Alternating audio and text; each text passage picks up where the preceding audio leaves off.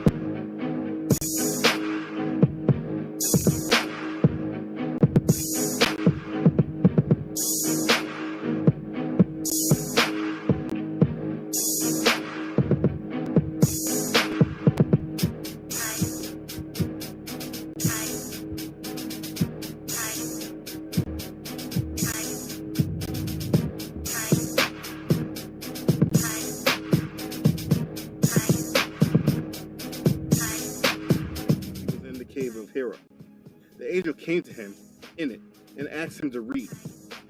The prophet replied, I do not know how to read. The angel caught me forcefully and pressed me so hard that I could not bear it anymore. He then released me and asked me to read. And I replied, I do not know how to read. Whereupon he caught me again and pressed me a second time until I could not bear it anymore. Then he released me and asked me again to read. But again I replied, I do not know how to read.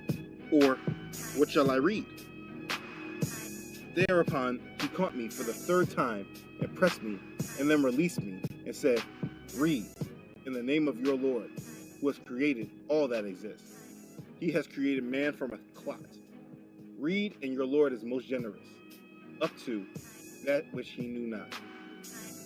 Then Muhammad returned with the inspiration, his neck muscles twitching with terror, till he entered upon Khadijah and said, Cover me, cover me. They covered him till his fear was over. And then he said, O Khadijah, what is wrong with me? Then he told her everything that had happened and said, I fear that something may happen to me. Khadijah said, Never, but have the glad tidings, for by Allah, Allah will never disgrace you, as you keep good relations with your kin and kith. Speak the truth, help the poor and the destitute, serve your guests generously, and assist the deserving, calamity-afflicted ones.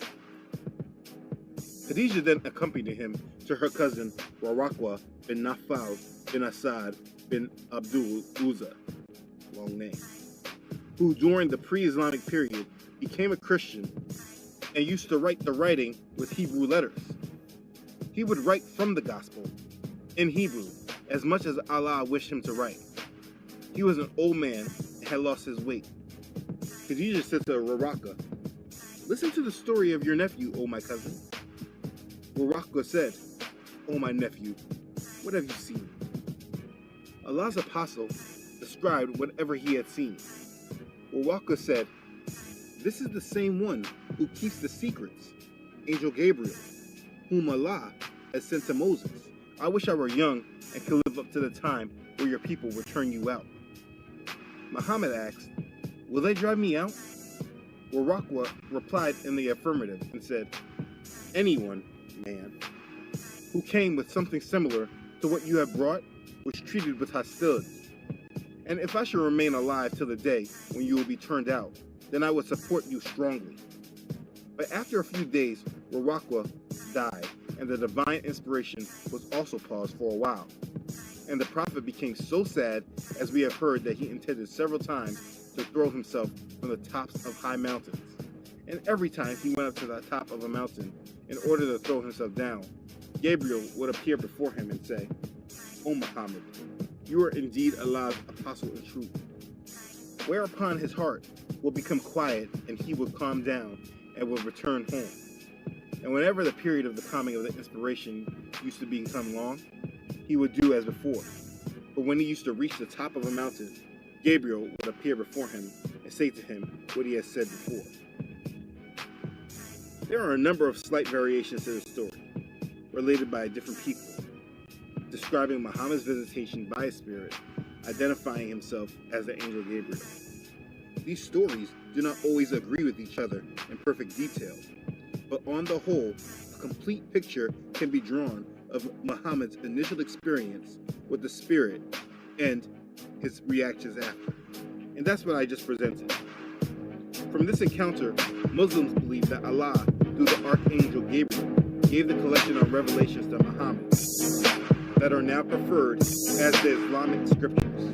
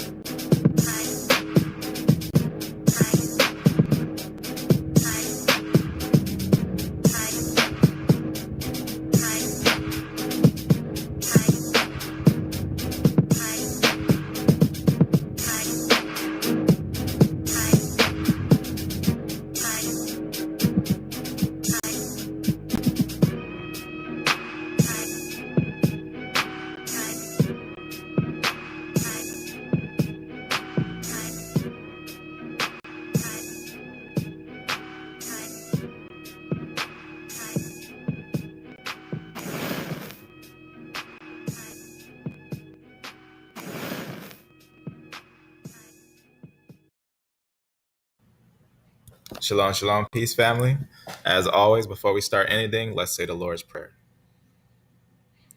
Our Father in heaven, honored be thy name. May thy kingdom come, and thy will be done on earth as it is in heaven. Give us each day our daily bread, and forgive us of our trespasses as we forgive those who trespass against us. And lead us on a righteous path, and guard us from evil. In your name we pray. Amen. Beloved family, you know why I always pray before we start? Because I want the Lord, I really want the Spirit to fall truth as we go over these things. Now, when I go over this, I want you to be honest. You don't have to know genetics to know this. A Hamite, a male Hamite, cannot make a male Japhethite, biblically, right? Biblically speaking, a Hamite male cannot make a Japhethite male, right? If we're talking biblically from the time of Noah at the split, right? When we have Ham, Shem, and Japheth, because remember, Noah comes from Seth, right? Now we have to be honest. There's a split at Noah for three main males. Now let's talk about something. I want to show you something. So I was talking to a geneticist, and that's why I'm trying to. Next week I had to move it because I actually set my live at 3, but I forget he's actually on the other side of the world. He's actually in Pakistan, and what's interesting about that is that we usually just text because his accent's too deep. That's why I don't usually bring him up.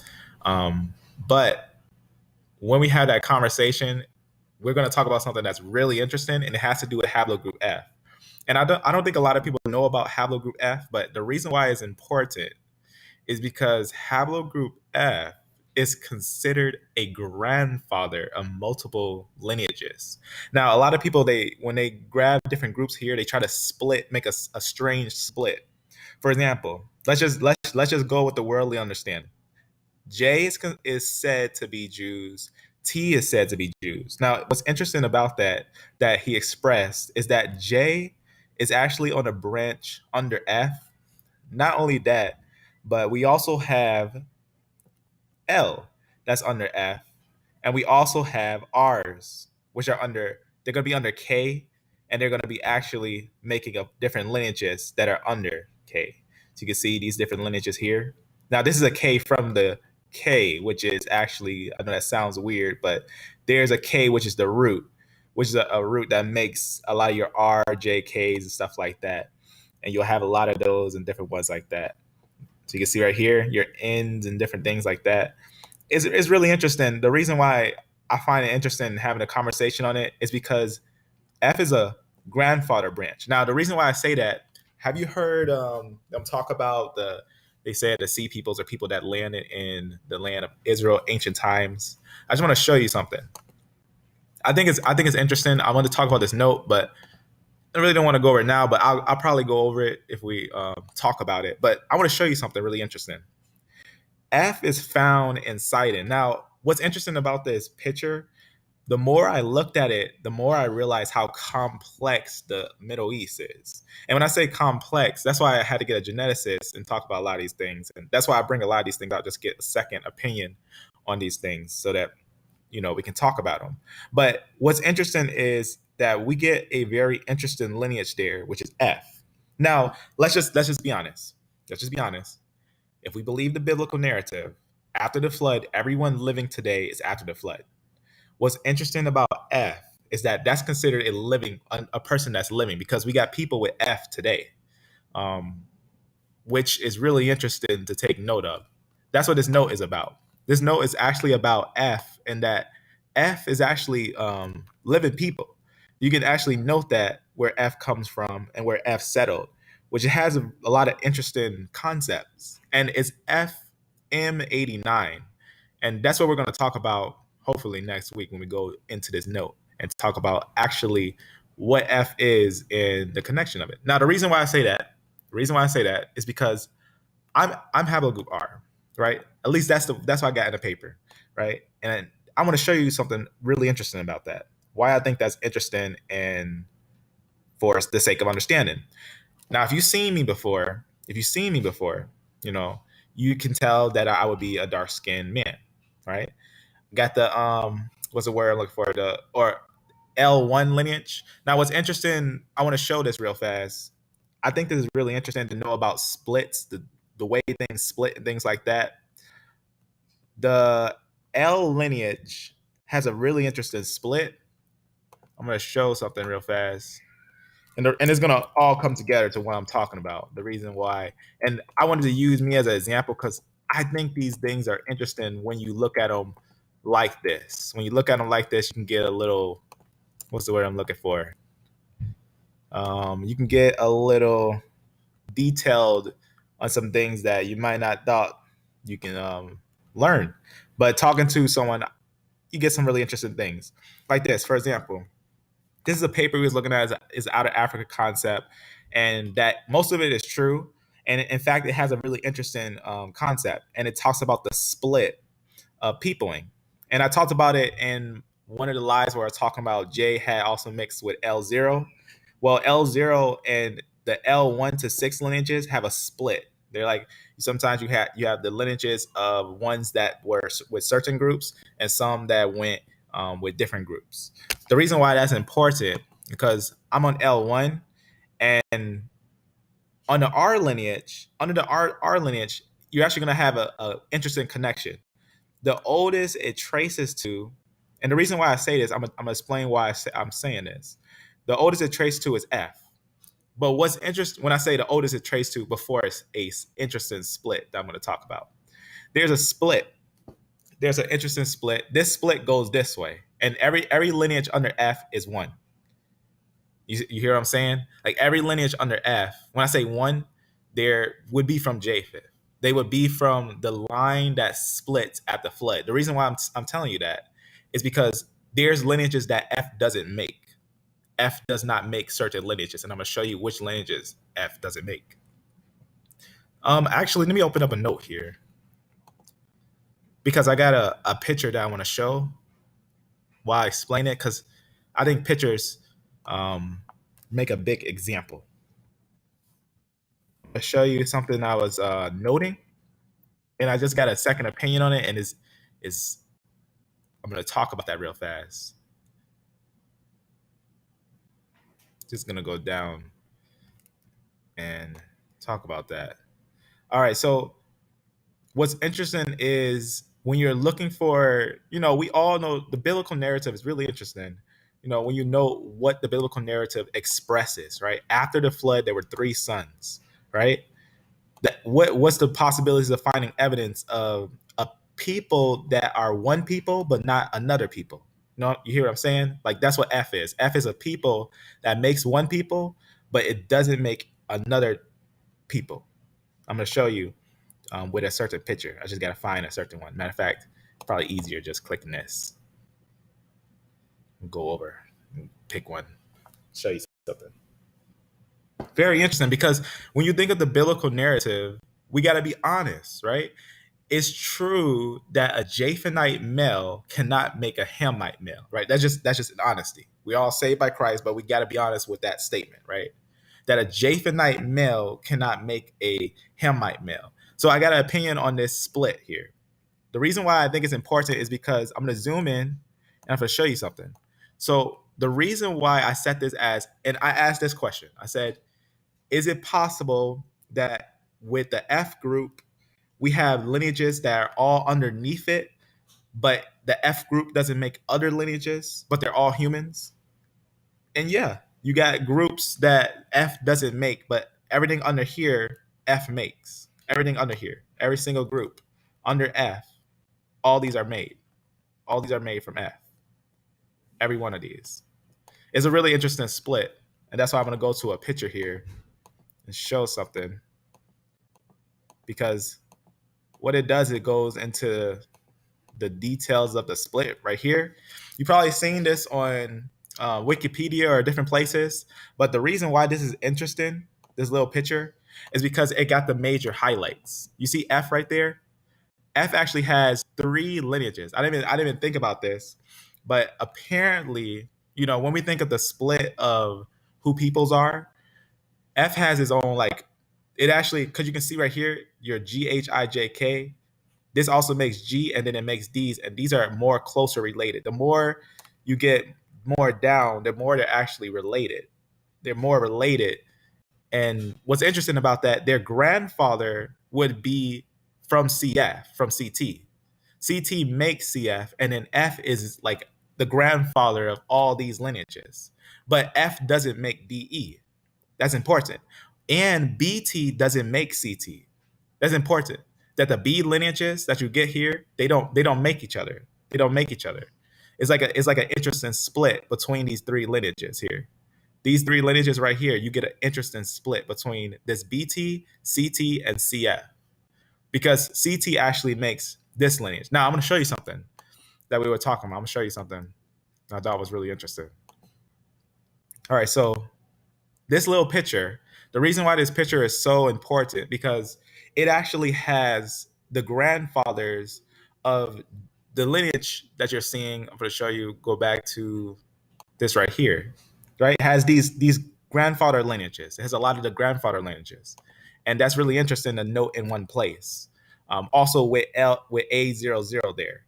The reason why A00 is interesting because I'm going to show you something. I told you I was going to show you something extra with more lineages, not just F. But you see the A's right here. Now, what's interesting is these ones are actually all the tree. But if you close this, you're going to find something really interesting. Now, notice what's said right here. Notice what's said right here. It says 100% of the tree. Now, that just means that pretty much every human that's made comes from a human is going to be on this side of the tree. But there's also another branch with humans, but their genetics is really interesting because they have every SNP. And the way it's expressed, you should hear a geneticist try to explain it. It's really deep. It's really deep because it's a lineage that you can say holds how could I express it? Today, look it up. The genetic atom. Ask what haplogroup is genetic atom, right? Because the reason why that's interesting is because they say, this is what they say. They say all people come from this common ancestor. And when I was I didn't know much about genetics. I just ran with that. I was like, that's really interesting. That means we all come from Adam.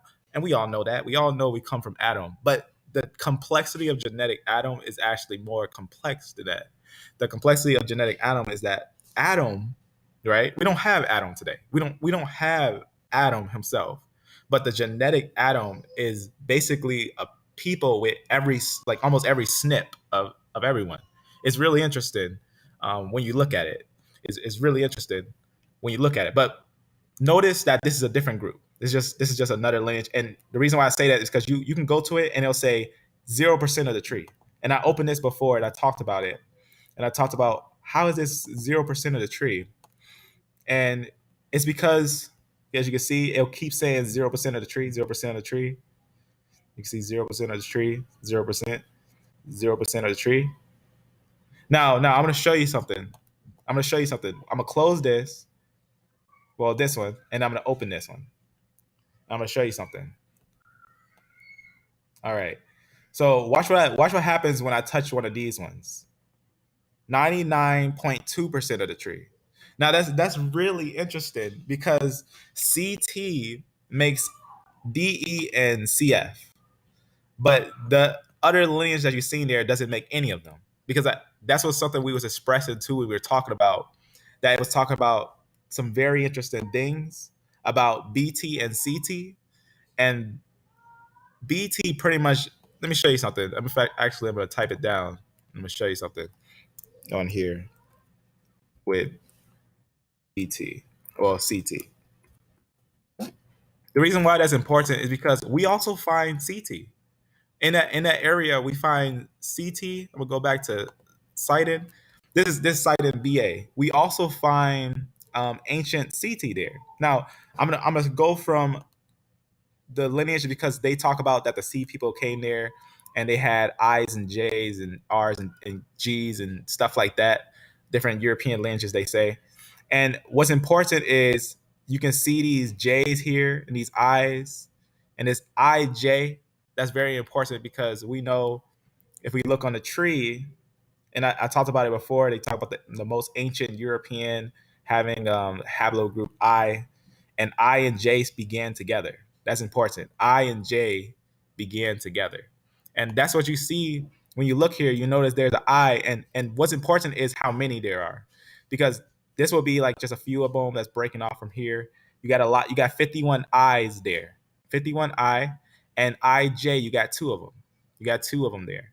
That's very important. I'm gonna go up a little more, just so you can see what's going on there, and then you can see the break here. This is very important. We'll talk about this, but this F is actually the root. This is like the grandfather. Look how many there are there. There's 10 of them.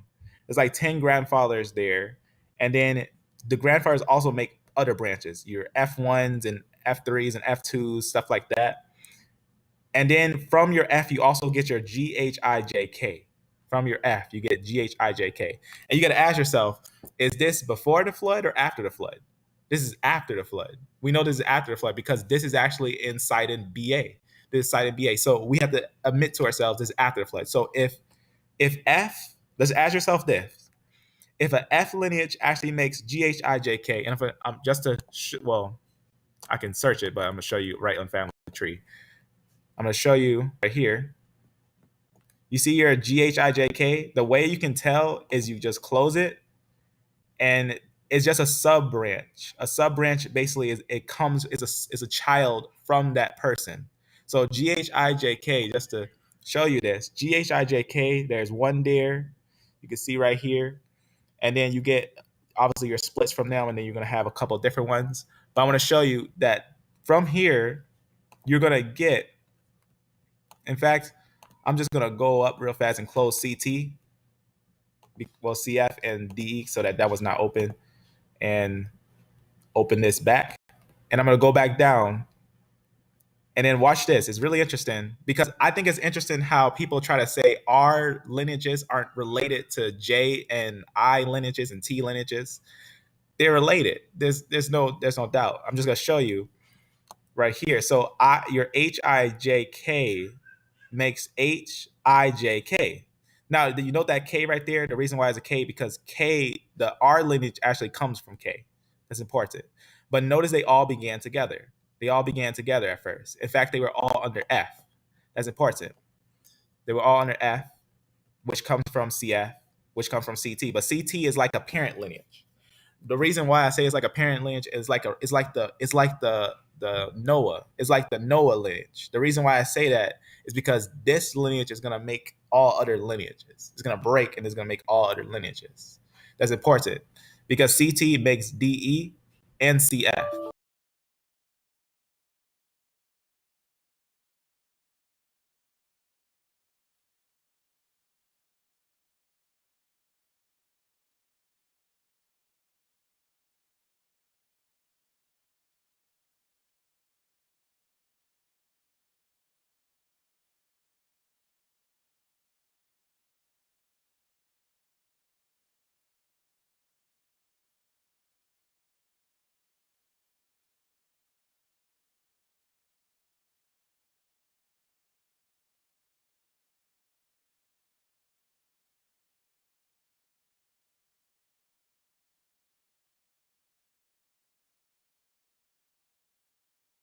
All right, just turn the screen back on.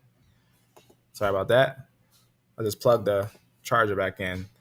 All right, so I want to show you this because I thought this was really interesting and complex at the same time, but it makes biblical sense. Like it makes biblical sense.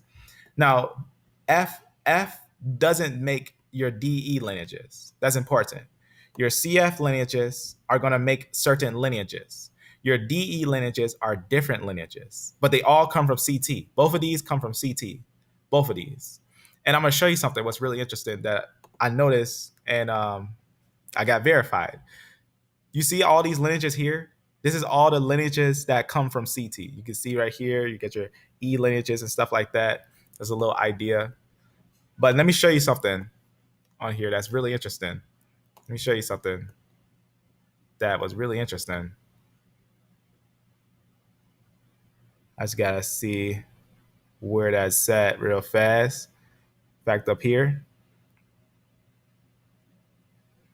Oh wait, no, it's on the picture that we was talking about. Let me see where that picture is. Okay, right here. All right.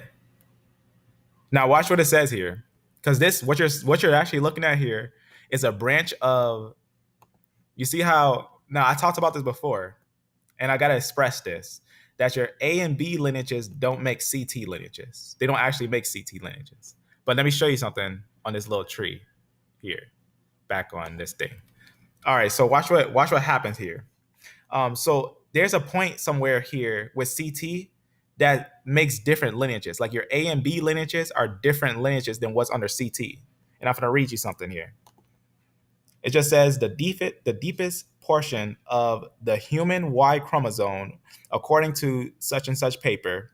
It says the international structure of some haplogroup B subclads or subclades is not shown. So it just talks about their deepest roots, because they actually go deeper with these ones and whatnot.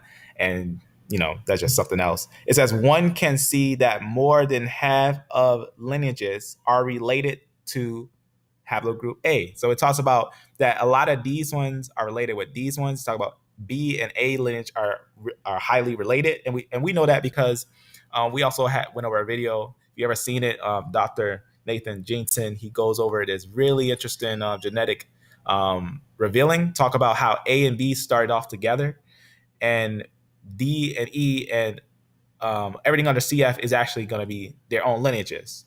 But watch what it says here about CT. It's really interesting. It says just what they all call African, right? They call A and B African. So note that says A and B when they were just talking about the A and B lineages right here. So your B and your A lineages, which the author you can see right here calls all African. He called them all African. Apparently, by definition, all other subclades except one are related to haplogroup B, which the author also call African, again, by definition. Now watch what it says here. Watch what it says here. So that was talk about A and B. Watch what it says here. Haplogroup T in the lower right-hand side contains, right? The lower right-hand side right there. It says haplogroup T in the lower right-hand side contains, according to the author of the study, 19 DNA lineages, all non-African, as you can see from the permission of the one that's studying it, that says they're basically non-African. He said that these are non-African lineages. The reason why is because where they start. That's very important. It's where they start, and it's like where they raised up at. It's like where they grew. That's very important. Now, the reason why that's important is because under CT, you're going to see a very interesting break, a very interesting break. I'm going to show you that real fast. So this lineage right here, CT, and then you got your CF, and you got your DE. CT, we can actually find in Sidon. You know what else we find in Sidon? CT, and we find DE. We find your DE lineages, and you can see right here, right there, your DE. That's important because DE comes from CT, and then you got your CF. This is where this is where the line draws, right? Because we know that if these are Hamites, these Hamites are related to CT, but CT doesn't make these, and CT makes these and these, but CT itself is not made by these. That's important to understand. I know that sounds weird, but I'm going to express it by opening it. So let me actually type it down just to express what I just said, just so that's understood. The reason why that's important is because if you don't know that, if you don't know that CT, well, here I'm gonna type it down so you can see it. Let me type this down. Maybe I'll find it like this. All right, so watch what it says here, because there's an out of Africa idea. Now, if you believe in the biblical narrative, you know without a doubt that we are technically not all. What's the word I'm looking for? We are not, like, we can't say we're all Hamites, right? We know that if you believe the biblical narrative, we can't say bloodline wise. I'm talking like what you were as of the flesh, because you being of Christ, now you're of Christ, you go of the spirit, right? But let's just say of the flesh, of the blood, right? Technically, not everyone in the world by the biblical narrative is a Hamite, right? right? The line of Japheth didn't just get wiped out, and the line of Shem didn't just get wiped out, and everyone's a Hamite. That's not true, right? We know that's not true because even genetics show us that that's not true. Watch what it says here. So it just talks about in the paper, and it says all these haplogroup A's that you see here just talks about all the haplogroup A's and everything, and it says this, and none of BT or CT lineages descend from them. Now, why is that important? That no lineage of CT comes from A lineage, because that's what they try to design. That's what, when you think of the out of Africa idea, they're trying to connect the A and trying to make that every single person is connected in that way. That's important because that's trying to say everyone's the same person. Like everyone's either all Ham or all Japheth or all Shem. Listen to me when I say that. That's what the world wants you to believe. That's really what the world wants you to believe. I asked geneticists, I was like, technically, that would be if we consider that Hamite, like if a Hamite is an A lineage, and we would say that an A would make CT all the way to R. Because that's what they try to do with A00. A00, this is what they try to do with A00. They try to say A00 makes us all, but that's not true. That's what I was showing you real fast on here, that this extra lineage right here, where it says 0% of the down of the tree. Notice that this is a different branch. That's a different branch. That's a different family. That wasn't ancient peoples. That when they say the genetic atom, you can look it up. Genetic atom. And then look up what genetics it actually is, and it actually is this stem. It's this stem over here that actually is a different lineage. It's a different lineage that's making a different people. But the connection is actually, the split is actually here.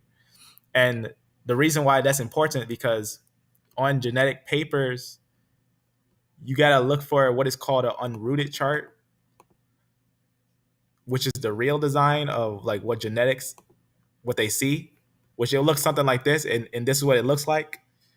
And the reason why that's important is because they never see A making any of these lineages, but there's a split in the middle, and everyone basically comes out from that. Everyone comes out, and they're similar to the CT BT split.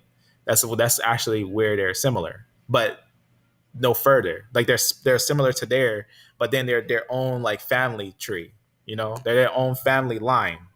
Is what I'm saying. So at CT, that's where the split is. You get at this lens like BT is CT. That's where you get this split, because BT, A and B, they're actually related. A and B is related, but CT, these ones are going to be their own family tree as well. Like your DE lineage, everything under CT, your DE lineage gonna make everything from it. That's important. Everything from it. Because notice you also have these lineages all there. The reason why Sidon is interesting is because Sidon has your whole family. Sidon has Ham, Shem, and Japheth, where you can examine them in ancient times and verify, because this actually shows the ancient roots, and verify. What you can do is verify who is after the flood, what lineages are after the flood. And if A00 is after the flood, then A00 is actually doesn't make any of these lineages, but A00 would be its own family tree, and B's would be their own family tree. So the A and B lineages are their own family tree. But there's a split. There's a different family tree at CT, which makes all these under it. But there's also a split at CT with DE and CF. DE and CF don't make each other. You hear what I'm saying? And that's what you're seeing right here. CF and DE don't make each other. So once you start seeing family trees like that, when you see family trees that don't really make each other, you know what you're seeing? You're actually seeing the split of Ham, Shem, and Japheth. That's the exact split of Ham, Shem, and Japheth. So the questions that is being asked to understand the split, because you can't just ask a geneticist where's the split of Ham, Shem, and Japheth, because technically they got to also understand what it means to be Ham, Shem, and Japheth biblically. Ham, Shem, and Japheth is technically brothers of one father who survived from the flood. And that's really deep to add, and that's what's hard when having a conversation with a geneticist, trying to say where is the split of Ham, Shem, and Japheth, because technically, if we can find a lineage that are related but don't make each other, we consider it a split. Like for example, let's just work with GHIJK. Let's just keep going, and I'm going to show you something. So it just says, obviously the ancestor is F of GHIJK. So you know what you're seeing here when you see this. You're actually seeing one family. This everyone together from this is actually related. Every single person under F is related. Every person that comes from F is one people. That's very important. When I say one people, I'm talking about more than DE is related to J, right? D is not closely related to J, but J is closely related to R. You see what I'm saying? I know that sounds weird, but I want to express that as we go over these things. Now, because if we look carefully, I'm going to show you something. As CF, you're going to have a lineage here.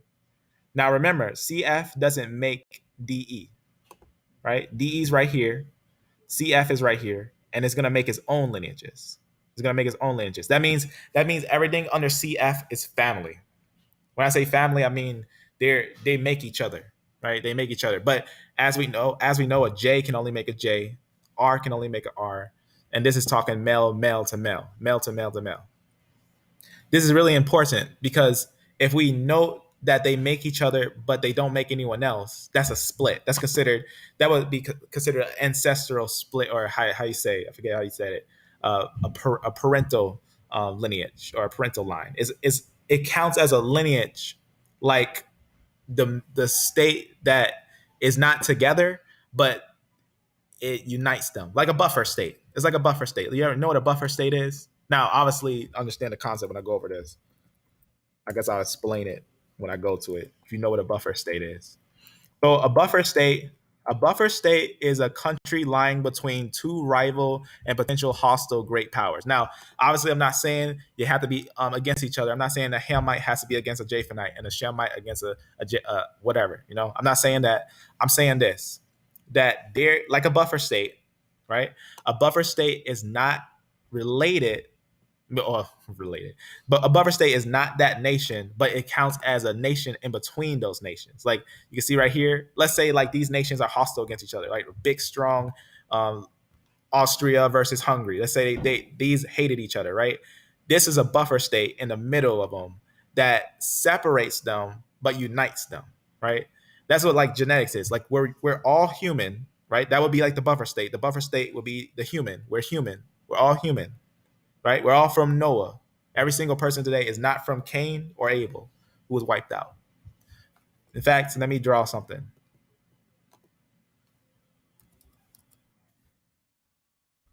Let me draw something so it's we're able to understand what I'm saying. All right, so biblically, everything that I'm showing you is biblically sound. This is Cain, the line of Cain, right? And then there was Abel, right? So the first sons. Well, actually, let's start over. Let's start over.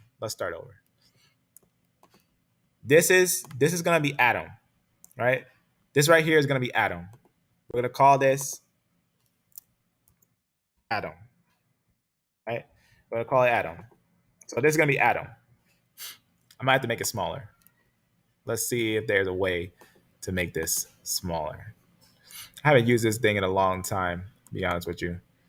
Let's see how this works. And we'll just put an A. This is Adam right here. Consider this to be Adam. All right. So from Adam, this is the sons that we get from Adam. We get Cain and we get Abel. Now remember, these are from Adam. You get Cain. I'm gonna put a C here. I want to see if I can find a way to make it smaller. Let's see. Maybe there is a way. Yeah, right there. Okay. So I'm gonna put Cain right here, right? So Cain, and this is Abel, right? Abel. All right, so Cain and Abel, right? So what's the story with Genesis? Both of them are sons. Both of them come from Adam. What does Cain do to Abel? Cain, right, who has a mark set on him, he kills Abel. So this line ends. Cain continues on because the Lord set a mark on him, but he blessed Adam with another lineage. He blessed Adam with another lineage, with another son, right? And just for clarity, right? Everything that we're going over, just to show that it is truth, right? Because we all should know, the biblical narrative. But let's just talk about that real fast. Seth, right? I'm just going to read something from Genesis 4:25. Adam knew his wife again, and she bore a son and called his name Seth, right? For God said, God said, she has appointed me another seed instead of Abel, whom Cain slew, right? Cain slew Abel, his line was wiped out. And then what happened? We get Seth, right? That's important because we know that if we take the biblical narrative, what it's saying, right, which is truth, we have to understand that from this lineage, and I'm going to show you that this also is what's shown in genetics, that from this lineage in Seth, right here, this lineage in Seth is actually going to be the lineage of everyone. Now, what's interesting is from Seth, we're going to get another major split, right? That major split is going to be Noah, right? What happens at this time? The flood. The flood happens, right? I'm just going to, do something extra right there just to, make it watery. There you go. The flood. That's the time point. The flood happens there. So I'm just going to put Noah. Obviously, you can't see it in black. Let's type that again. In a different color. Noah. Right? So at this time, I'm going to put it in the middle. Right there. Right? At this time is Noah. Right? So Adam. So everyone agrees with this design? What we see real fast? So Cain's line continued on, but then when did it get cut off? At the time of the flood. At the time of the flood, it was cut off. Right? So at the time of the flood, this would be cut off. So we can just consider that this line is considered cut off. So this line would end, right? At the flood. At the flood, this line would be cut off. So Abel and Cain's lines wiped out, and the only lineages that we're going to see is from Noah. That's important. That's very important. The reason why is because if you've seen what we talked about before with Dirt Cave, right? They found actual Neanderthals. Now, what's important is they were trying to connect it with a certain method and stuff like that.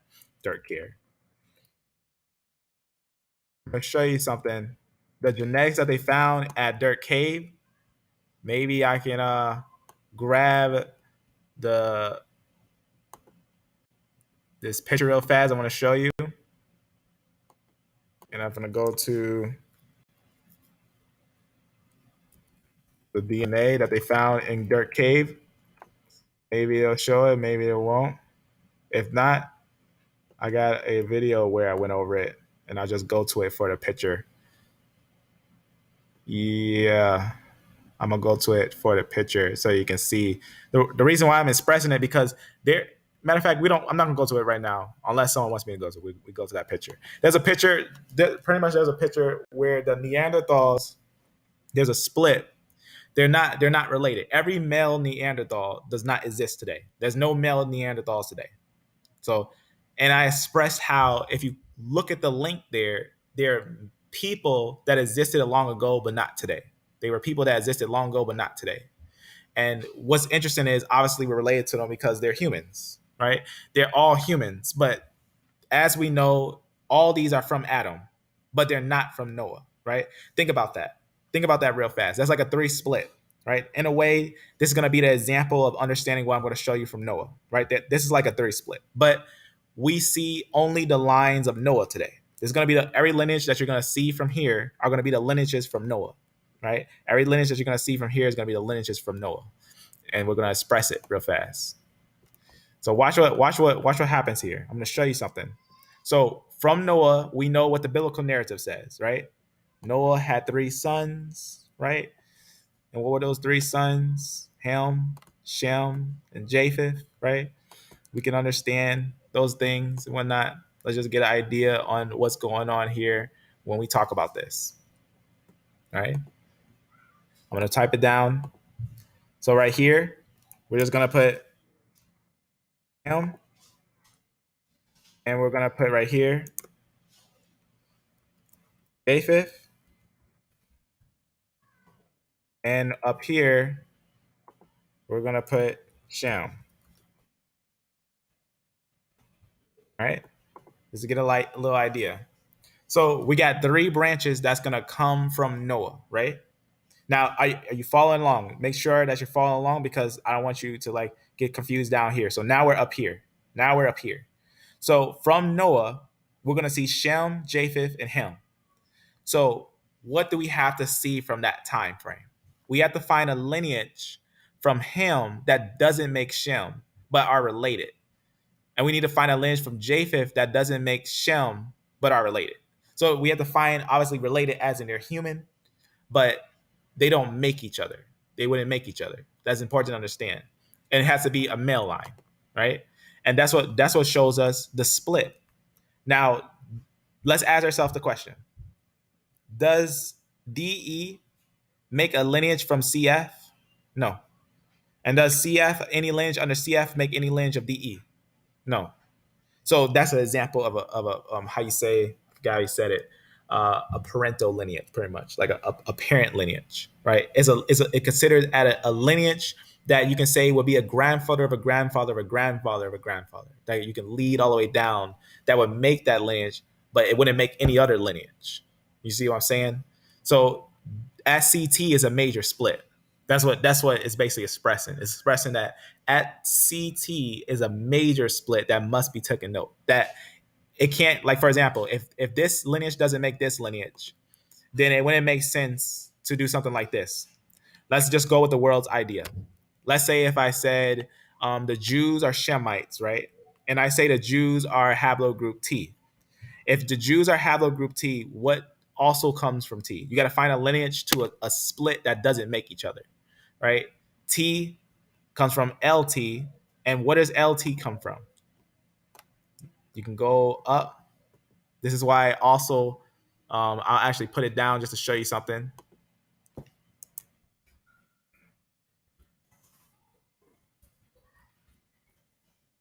All right, so GHIJK, watch what happens here. Very important. At this lineage, we're gonna note right here, the ancestor, remember we talked about the ancestor is F. That means that F makes all these lineages. But let's just say we said somehow LT is different. So I'm gonna show you something. I'm gonna keep going down, and then watch what happens here. See that K right there? LT. So you see your LT right there? So your LT lineage actually would come from your IJK. So IJK would be related. That's important. So if we say that the Jews are LT, then we're also saying that the Jews are also J, because that's also what they say, is that they're J. Let's just consider that. Would this make these the same? How would they be the same? Let's go to the split. So we're going to go to, obviously, here's F, right? Everything under F, right here, F-m89, all these are going to come from F-m89, right? F-m89 doesn't make any of these, right? Because they're underneath CF. That's important.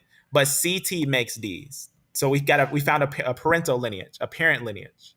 Parent lineage is a lineage that makes all the lineages under it. So this lineage makes all these lineages, but this is going to be a different lineage, DE. So, but some people try to say DE is Hamites. So they're considering saying that they're not Shemites, right? These are not Shemites, and they're most likely not Japhethites, right? But there are Shemites. When I say they are Shemites, I'm going to show you how they are Shemites, because everything under CF is the same. Everything under CF is the same. But if you miss it, you'll be taken quickly with the quickness. Because watch what happens here. Everything under CF, you can see here your F lineage. And when I say taken, it's because there's a lie going on in the world, and it's very easy to slip in it because it's almost like it's designed for the slip. That's if you understand what I'm saying. It's almost designed for the slip. But watch what happens here. You see what you're seeing here? Everything that's underneath this are going to come from one parent lineage. See how it see and what you're seeing here, I'm going to show you. This is like a branch, a tree. So you see how it all branches like that, but you have a long separate branch there. That means that's a long distant relative. There's a long distant relative. You're getting closer to the parent lineage. You see what's going on there? So one more time, you can see DE lineages are different than CF lineages, but CT makes both of them. You see what's going on there? CT makes both of them. So they're closely related, but they're not related on the stem. Now let's one more time. Let's go with the world design to understand this. So you see your J lineage there. What's important is your J lineage, which comes from F. They say that that's Jews, right? So let's say that's Shem. Let's just say that. Let's just run with that real fast and say that's Shem. So that means that if the J is Shem and the J is really close to I, what's interesting about that is that if you look up the oldest European male that they found, that they consider to be one of the oldest relatives, name's how you say it, Cheddar Man. Cheddar Man he almost look like a dark skinned European. If you follow him, who he is, he's actually I, haplogroup I. Now that's just one thing, but let's just run with that. So J right here, I'm going to show you something. And they say it also T. So you can see right here. So T actually, if we wanted to connect J and T, we're not actually connecting J and T, right? But what we're doing, we're going back to a parent lineage. We got to go back to a parental lineage where they come from. So right here, where you see your K, remember how we had did that? So you can see we're going to go back now. So you can see right here your LT and your K, your R lineage are all under K. But your LT right here, we're going to go back and see what's a parental lineage till we get to a J. To how do we connect the T with the J? We're going to go back now. So IJK, and now we have your K and your IJ. Now remember what came from K? LT. LT came from K, and your R lineages are going to come from K. I'm going to go back to this picture because it's a little more clear over here. And remember what we're looking at here. You see this branch? So you see your T right there. If we have T related to each other and we have J related to each other and T comes from K, that's important. That means everything underneath F, where you see this F lineage, are related. That's important. But let's go over here. I'm going to show you how we know that. I'm going to go to a clear design right here. So watch what happens here. Remember, CF doesn't make any lineages under DE. DE and CF are related, but they're not, what's the word I'm looking for? They don't make each other, but they come from CT. So CT is like your buffer state. It's like your middle ground, but they don't make each other, but they're connected by this one, right? They're united by this one, but they're not the same, right? They're united, but they're not the same. So what would that be if this was a parental lineage? If these don't make each other, we would have a split, right? We would have a split, but also it's important to know A and B lineages don't make CT lineages. These don't make these. So that means that there's a split from here and here and here. That's 3 lineages there. Do we have evidence of 3 lineages? And this is what I asked. I wanted to verify this genetically, right? Professionally. Is it possible that at CT and BT, we would see 3 lineages? If we split at that lineage, will we find 3 lineages that those ones are related, but they're not related to other lineages? Like, for example, DE and CF and B or A and B lineages. A and B, DE, CF lineages. We would consider those lineages to be their own lineages. And that's true. That's true. That D and E lineages, in A and B lineages and C and F lineages is an example of a parental split. Is an example of three lineages that are different and don't make each other. You hear what I'm saying? Like, for example, so F is a parental lineage, right? We can note that that lineage is also found there. That's very important. They're very, very similar. That's very, very important. They're found in land. You can see F, and then you'll have split to F. You have F1, F3, and then your GHIJK, and things like that. Notice how many, even if you look at CT, look at how many CTs are there. 73. So that's very important. There's a major split in this area. There's a major split. Watch what happens here. I want to show you something. So at CT, there's a parental lineage and there's a split, and you're going to have different lineages, right? Because if we can't say this is important. We can't say that these lineages are all one people. When I say one people, if we're saying biblically, and say anyone under CT is Shemites. Can we say that? Can we say that everything under CT is Shemites? Or is there a split somewhere? Is there a split somewhere? Yeah, there's a split somewhere. Now that's important too, because when you examine the ancient genetics, you'll note that in that land you'll have a lot of E and a lot of CT in that area, especially when looking at the older evidence of that land. You can see right here, like the Natufian stuff like that, the first people in that land. You'll start seeing right here your E lineages and your C, and what the C lineage is actually CT. But CT, when you see CT, it's important to note that what they put on CT is actually, let me make sure this is understood. This is not the ancient CT. That's important to understand. There's a break, and they call it C. C is like that middle. It's like a middle. It's like a middle of the two. It's like a middle of the two. And when I say middle, it's more Japheth than it is what's the word I'm looking for? Than it is of Ham or Shem. Just to make it clear. Just to make it clear, you can see right here, this is the oldest one. And then you'll see different lineages. Let me go down real fast and show you this. You see your CT right there? It's kind of hard to explain, but they're always, you can see right here, there's going to be your derived states and your ancestral states and those things and whatnot. This is what you see there. So you see some ancient ones there too, and you see some of the breaks, the later lines. It's like a major split, right? It's like a major split. But would you say that they're all related? Right? Seeing that CT is in Sidon is actually a break of different lineages. We say they're all related. Everyone agrees that they're not. Everyone agrees that they're not. Everyone agrees that they're not related, right? And that's true, because if you go all the way to the ancestral state, that's where it splits. That's where it splits. So we got to know if they're not related.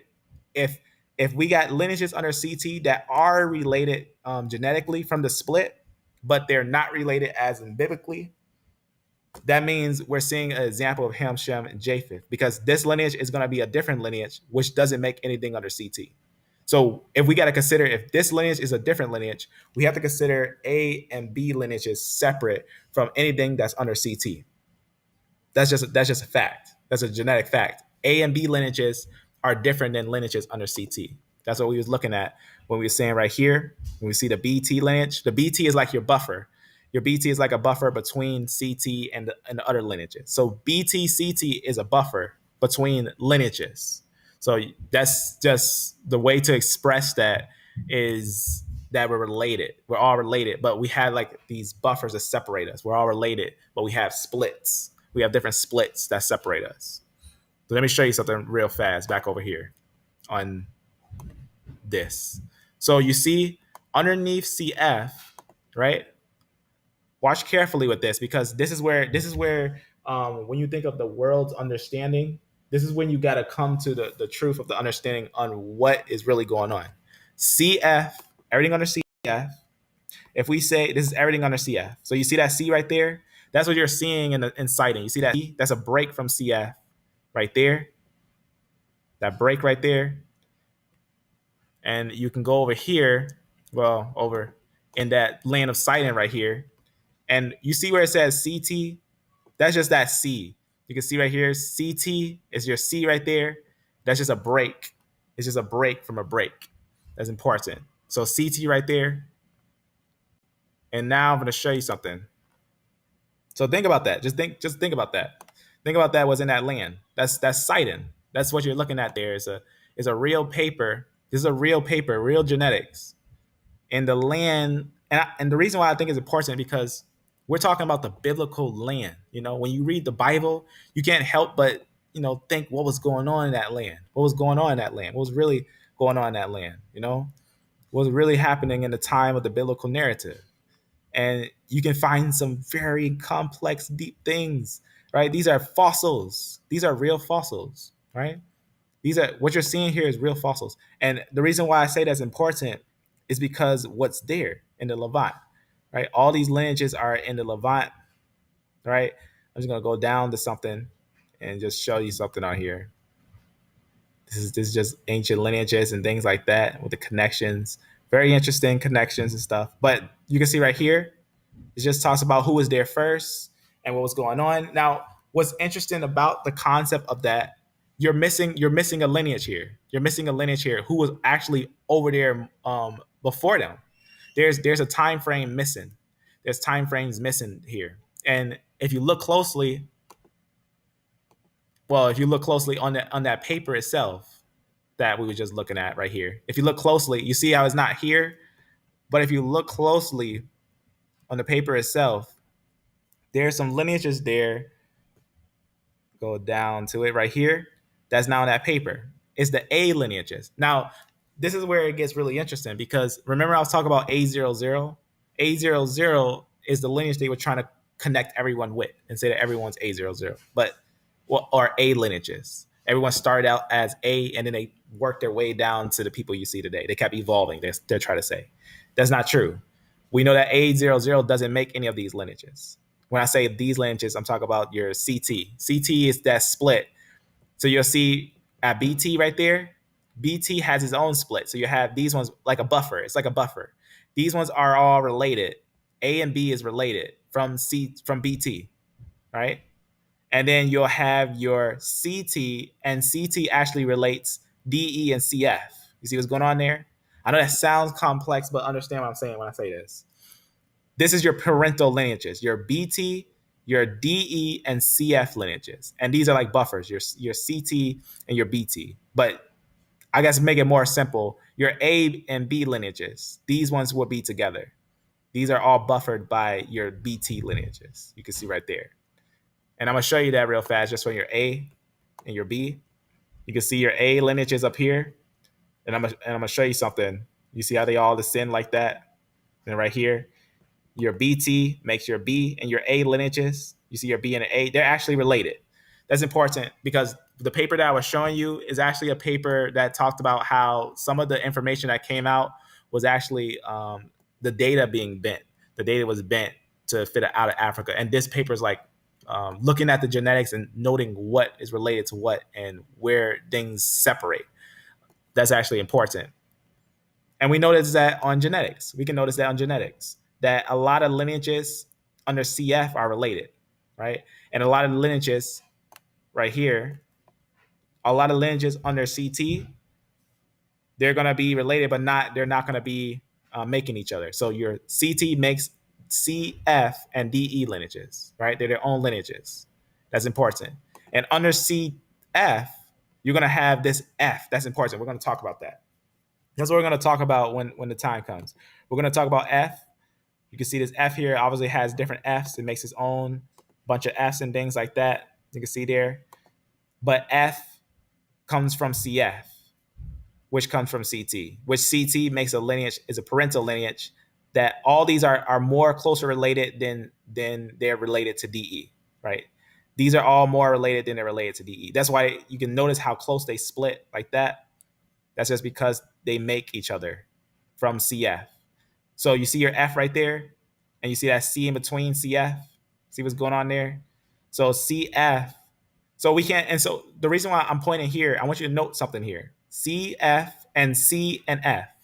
Notice these C, F, C, and F. You ready? C, F, C, and F. I'm going to show you something. I'm going to show you something now on this note. I don't know what's opening over here. Let's see what this is. Oh, it's like that's that note. Let me close that. All right. Let me show you something on this note because I think it's important to see. Well, I'll show you right here. So notice right what you see here. So remember, CF and remember, C doesn't make any of these lineages. Just consider that C doesn't make any of these lineages, but they're related to these lineages. They're all related, but C doesn't make any of these lineages. If this doesn't make any of these lineages, but they're all related, that means that if we was to take the biblical narrative, we'll say they're Shemites. I mean, not Shemites, Japhethites, right? We'll say they're Japhethites because they're related. And the reason why I say they're Japhethites is because there's lineages on this tree that we know are Japhethites. There's no doubt. Like the R lineages and G lineages, which G is right underneath right here. Well, right there. G, these are related, right? These are related and these are related, right? So think about that. If these are related and these are related and these make everything underneath it, these are related and these are related. Is C Jews? Is G Jews? These all are related, and then they make a lineage underneath them. So that's important. That's very important.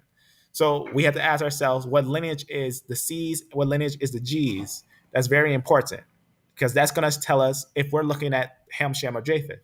So if these are all related, right? So you see your F right there and everything under it. If these are all related, then they're on a biblical understanding, they would be one people. They would be one people. They would either be Ham, Shem, or Japheth. So we have to consider ourselves. We have to consider ourselves what's going on here. So at CT, you have a family tree that's not not A or B.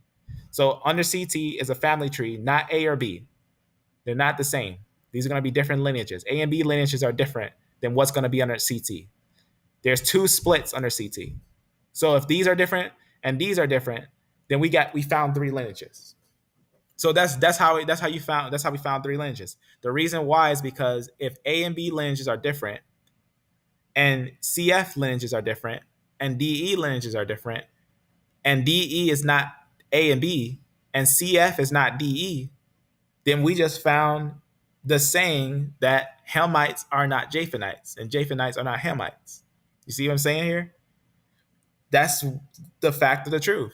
So if we see, we had to get, and that's what happened. They were just saying, oh, these are Jews, these are Jews, these are Jews. Let's link them to their parental lineage and see if they are.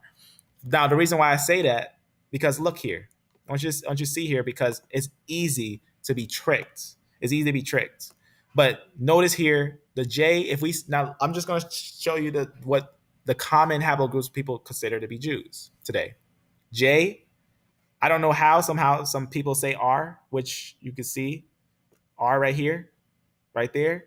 But they say R1 and not R1B, as if R1 is separate from R1B, but R1B is actually under R. They're all the same, more closer than any can imagine. So right here, it's obviously R is going to be related. And then we have going down your LT. So all these, and then LT obviously makes your L and T lineages. So someone would say, only T is Jews. And then they'll say, going up a little bit, they'll say, let's just say, just for the clarity, J. So they're all related. I, J, K, because remember, LT is under K, and K also makes R. So K makes R, and K makes L, and K makes T, and all the lineages under it.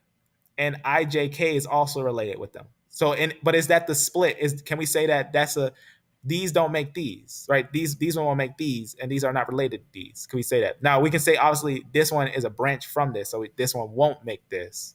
But this right here, if we close that, all those close, but we still have a lineage separate.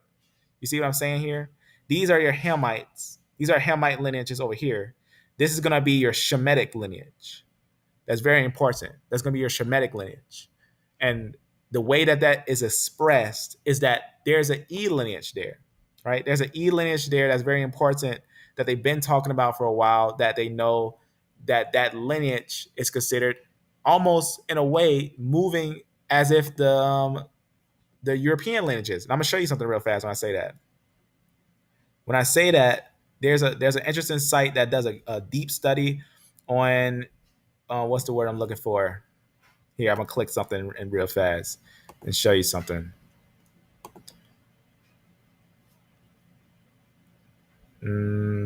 Not this, not this. Let me go down. Actually, it's underneath it,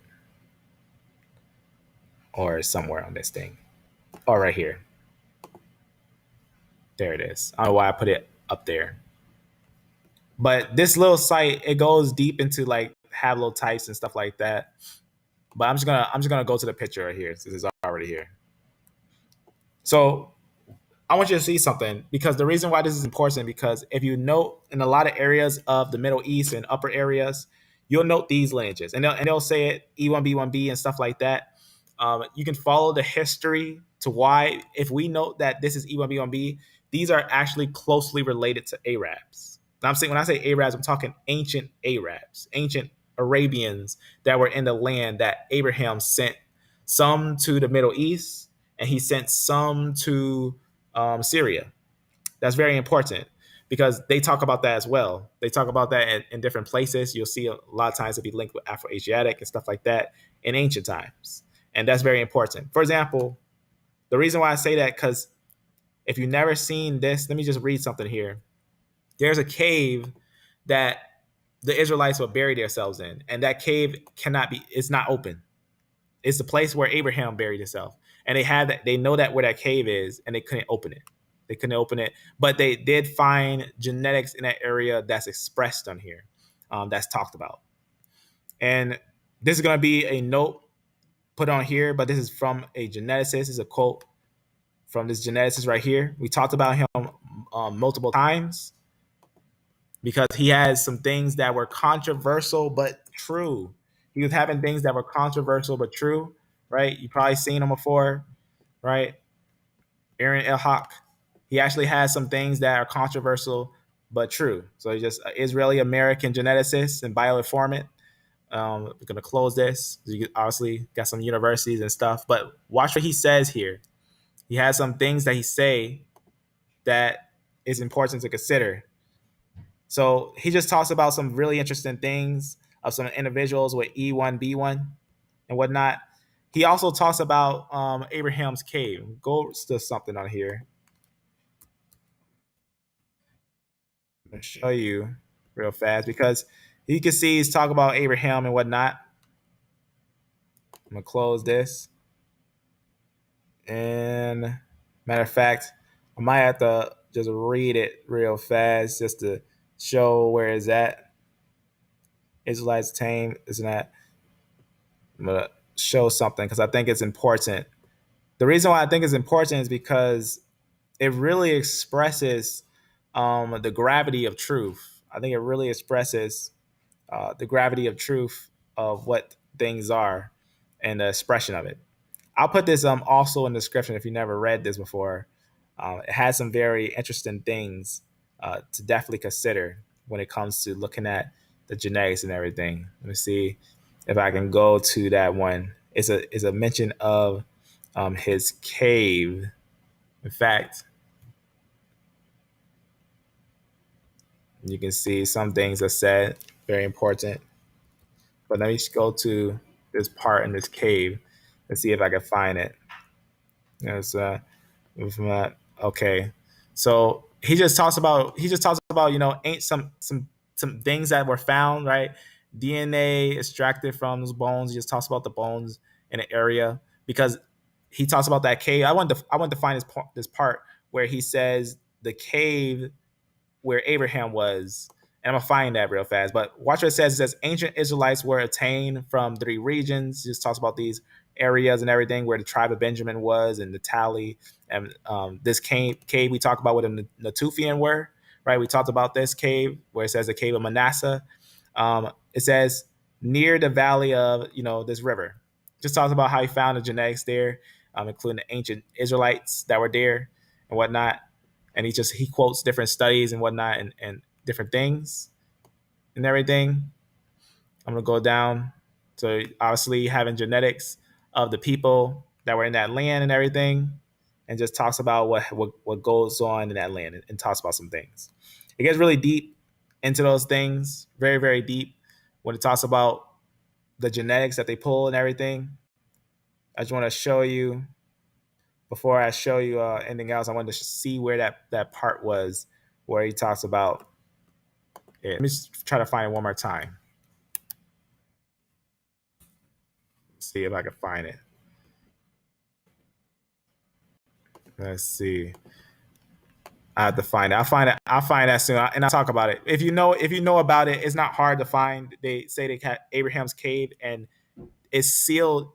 Basically, Herod built a tomb over it, and they haven't opened that tomb in a long time. But they also found genetics in that land. I'll just read it real fast just to show you something. Okay, so watch what he says here. It talks about some things when examining some things. It says, upon examining the results of 80 Jews from various communities, I could not help noticing the irony concerning how the progress of in population genetics, right, varied or validated the findings of the 9th century, what they found and whatnot, and basically combining it and testing what's going on. I'm going to read this right here. It says, the most similar Jews to the ancient Israelites who left their dry bones in you can see that valley there in Israel. It says were Yemenite and Mesopotamian Jews.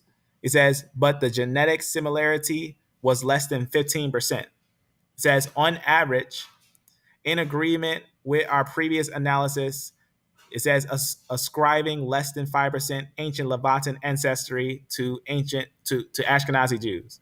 So he says less than 5% of the Ashkenazis would be related to the ancient Israelites that they found in the land, because they actually found ancient Israelites in that land.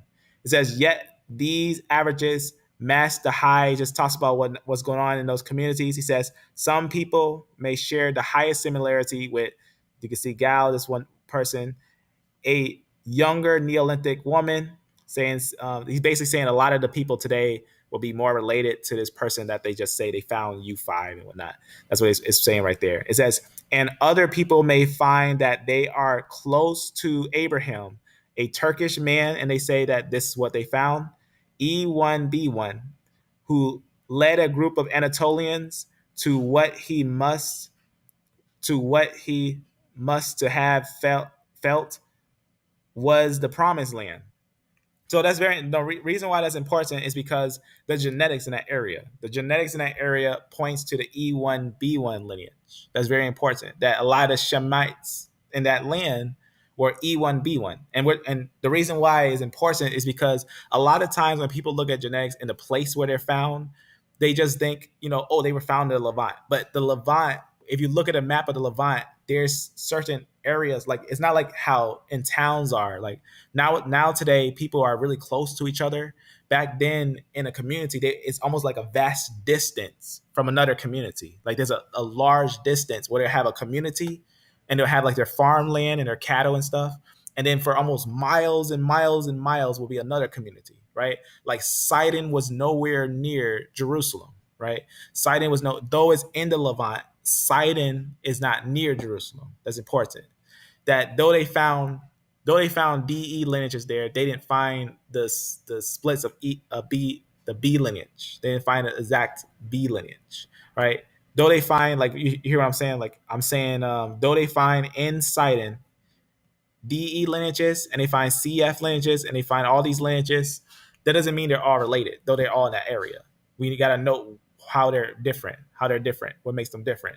But the DE lineage is not going to exactly be, what's the word I'm looking for? It's not going to exactly be, E1B1B yet. It's not going to exactly be E1B1B yet, but it's going to be a lineage. Like it'll be a Shemite, right? Because remember, from Noah came many sons, right? The time of Abraham came later, but from Noah came many sons, right? From Ham, Shem, and Japheth, they all had many sons, right? There's many sons between Noah and Abraham, right? Many sons between Noah and Abraham. Just a quick example, real fast, just to show a little, because I think family trees of the people, of the ancient people, I'm gonna show real fast. Let's type real fast and go to this. Amen. Yep, that's right. And yep, and there's another piece I'm gonna show you on that note, on what he said. I'm gonna show you another piece what he said. The geneticist said. I'm gonna show you another piece of what he said. But first, let me show you something here. So from Adam, if we note from Adam to Abraham, right? What do we got to note from Adam to Abraham? There's a lot of lineages from Adam, right? The flood came, so we're gonna note from the flood, right? Because that's gonna be our understanding on the three splits of Ham, Shem, and Japheth. Because we can't say anyone today is Cain. That line is wiped out. Everyone's gonna be from Noah. So after the flood, we're gonna have Shem. So everyone's from Shem. Every single person is from Shem. Well, I say Shem. Every single Jew is from Shem. Shem is gonna lead up to Abraham. See how many lines you have? One, two, three, four, five, six, seven, right? A lot of lineages. Well, let me get the exact pinpoint. One, two, three, four, five, six, seven, eight, nine, and then Abraham. So nine lineages, and then we get Abraham. So think about that. Consider that. Could there have been Hamites, Japhethites, and Shemites within that time frame going into the Levant? Yes, that's an example of what we can see. But once we start seeing the split where the parental lineage is, then we can start noticing who is who or who makes who, right? Who's related to who in that way, right? Because if we can find Shemites, we can find Shemites. If we can find Hamites, we can find Hamites. But if we find a lineage, like for example, this is how we know we found, because what I showed you was a all the way to the ancestral state, because we got to note three splits that don't make each other, but they're going to be three different separate lines. So three splits that don't make each other, but they're going to be three distinct lineages, right? Once we can get a pinpoint of three lineages that don't make each other, then we'll find those lineages. Because if you ever seen the picture of the dirt cave, how we went over that, that's important to understand that the people that they found in the dirt cave, they're not the same, right? In fact, let me actually go to that, because I should probably go to a picture of that, because for some reason it's hard to find. Maybe I'll see if it's hard to find. Let me try to find it. It's not hard to find. I know it's not hard to find. If it's hard to find, then they try to hide it.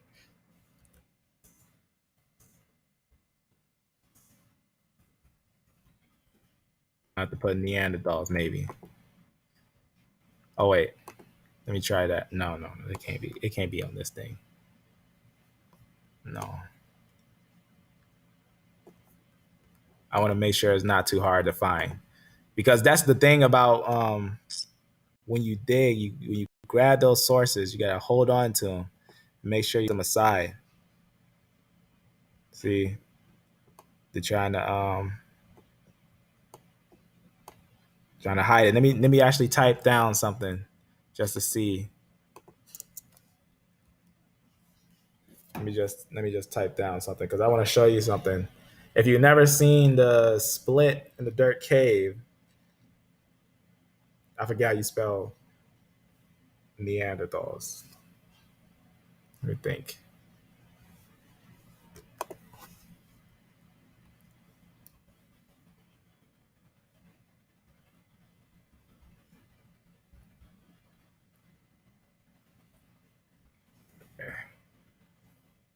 Now that shouldn't be too hard to find. I think it should pop up on the top or something. All right, I'm gonna go to the video. I'm gonna go to the video where we talked about it.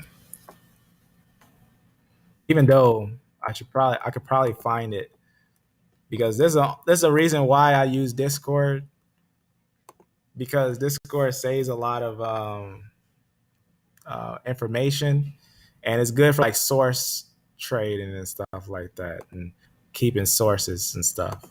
I'm gonna try to find that real fast. Let me see if I can find it. Yep. Let me see, because this is where definitely talked about it. I just want to go and find the genetics. If not, that's all right. I'm gonna go to it from the video. Yeah, let me go to it from the video. All right, let me just grab this video because I'm gonna show you something. I don't know why it's hard to find now because it's actually groundbreaking when you look at it. That's probably why it's hard to find because it's groundbreaking when you look at it.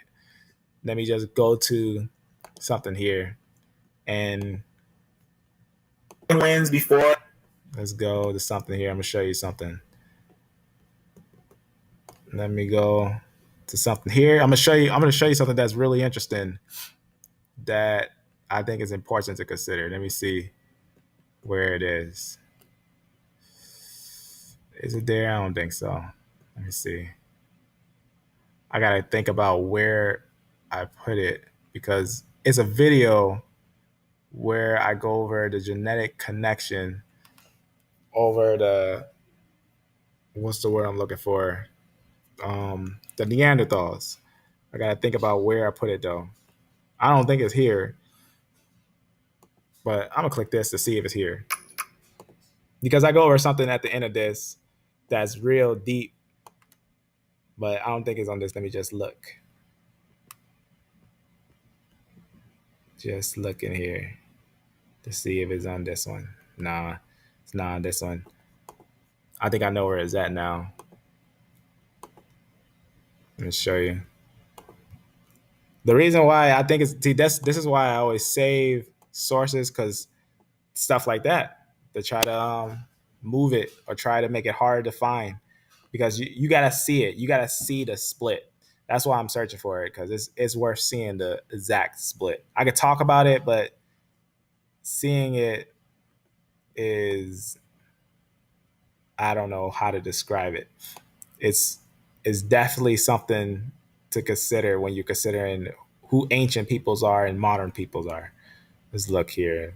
I know it's a little later on. Actually, has shared it with someone. Just gonna look. Shouldn't be too hard to find.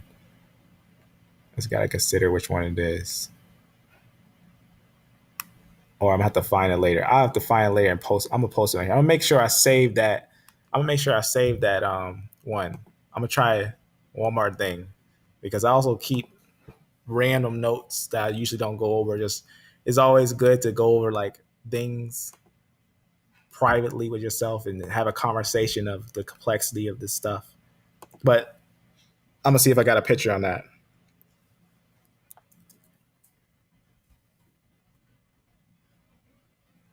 I'm just gonna note where it is, where I talk about Neanderthals. Because the Neanderthals is really deep. It's just some note that I was making. Just on some things. I'm just gonna see if it's on here. Let's see. Oh, I put the weird. This is just the weird way they were trying to compare people to Neanderthals. This is not the one though, but this is a weird way. They don't do this now. They actually have the genetics. Before they couldn't get it. They were just getting a certain one, but this one doesn't have it. I don't know why it's hard to find. That's really interesting that it's hard to find. I'm definitely gonna find it and grab it when I go over it. But I do have a video where I go over those Neanderthal genetics, and it's really interesting. Let me just. I really want to find it. I don't know why I like this. I always want to find it.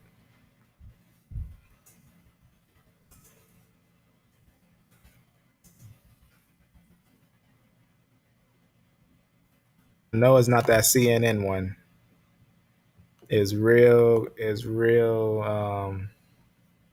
It's really deep. It's a really deep one that I think the news all got their hands on different stuff and they're trying to hide the paper. Maybe it's not hidden, but it's pretty drowned by the news and stuff now. I had to go to that video and find it because it's somewhere. It's somewhere, but wouldn't be as easy to find because everyone was reporting on it. But in Dirt Cave, there is a paper with the split, with the actual split of the Neanderthal DNA that was found, the nuclear DNA that I'm gonna have to look and grab it. It's something like this. So make sure this is maybe this is the site.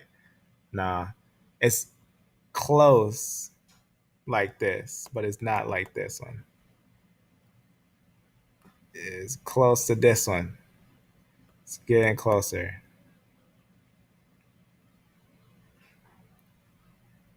Yeah, these ones, I don't think so. Yeah, it's I don't know why. See, that's why you gotta grab it. I'm gonna make sure I grab it. I'm gonna put that in a note. I'm gonna put that in a note when I go over it. I didn't think it would be that hard to find, to be honest with you. But I'm gonna close that. I'm gonna think of one more thing that I didn't show. Um, Nah, I'll find it soon. But pretty much, there's I'll show you later. It's a paper that we went over in the live, and it was about the Neanderthals, and now is a hard source to find. So I'm gonna definitely grab it. And the reason why it's important because it's an example. It's an example that we ourselves are people from one father, being Noah, but three splits, three lineages. But we aren't related to a lineage that was gone. There's a lineage that was gone. All right, let me show you. Let me read you something from here. So this was one part when I said that when they found a Turkish man in Anatolia and they connect them because the E1, B1 lineages are related. I'm gonna go to another piece on here. It says he just talks about here upon examining the results. You can see where he talks about those. Not that one, but let me see. Oh, down there. Let me scroll down and show you something down here. All right, so watch what it says here. So it just talks about different groups that were connected. It says this is the only match from prehistoric times to date, but it is responsible to expect much more to come as ancient DNA from Eastern Europe and Caucasus will be sequenced. Interestingly, the Y chromosome haplotypes of the ancient Israelites are typically E1B1 and T1 haplogroups. Now, what's interesting about that is that what's T and what's E, right? We already talked about that. Let's go back over to the family tree. In fact, I think that one had went into another tab.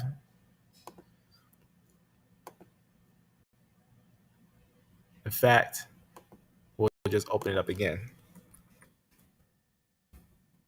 Just go back to family tree DNA because they got a little free little tree there, right at Y haplogroup, and then you can see I was trying to figure out for a while how to get to the exact tree on family tree, and that's how you get to it. Right on the bottom of their page is Y and MT DNA, and right here, remember how I said that Israelites are T and E lineages? So right here, you see your CT. So your CT, your C and T lineages, your CT lineages makes your DE and CF lineages. But we got to note which ones are going to be Israelites, technically Israelites, because if we got to also note who are the Arabians, technically Arabians. Those are going to be the E lineages. The E lineages are going to be technically Arabians because we had noted that before when we had talked about how the E lineage went up, which they note as well. You can see right here in the land of Levant, right here, this one you will have E1B1B because while the time when Abraham was walking, it's very important. He had a lot of Ishmaelites with him. A lot of Ishmaelites, Ishmael and the sons of Keturah that were still there. You can see right here, it just expresses it. It just says right here, it just tested the first ancient DNA samples from, it says, the Mesolithic Natufian culture in Israel, possibly the world's oldest stationary community, and found that the male individuals belong to either the haplogroup CT, so remember he talked about T, and E1B1. So that's important. It says also including obviously your E1B, E1B types. These are to date the oldest E1B, E1B individuals. So that means that they began in the Levant, right? The E lineage, that lineage of E1B1, that lineage began in the Levant, right? And it says, obviously, it says the same haplogroup showed up with pre-pottery Neolithic B, Jordan, accompanied by new haplogroups H and T. So you can see in that paper what he was saying. He was saying what they found. Now remember, these are fossils. There's no future paper that can take away a fossil, the genetics of fossils. That's important. That's very dangerous to try to take away the findings of fossils by trying to confuse a modern paper. That's very important. Now, watch what happens when we look carefully at this information. Do you see what it's saying there about the Israelites? Typically E and T. So we know that CT makes E in all these lineages. So they're related, but we got to note the migration. The E went up and brought down some T. That's important. So if E was already in the land and a lot of the E's filled the land, the Israelites are going to be actually that other split. Do you see what's going on here? So you see right here, you see these are not related to CT. So remember, we noted that CT was his own lineages. That's what I was showing you on that one paper when I was showing you CT.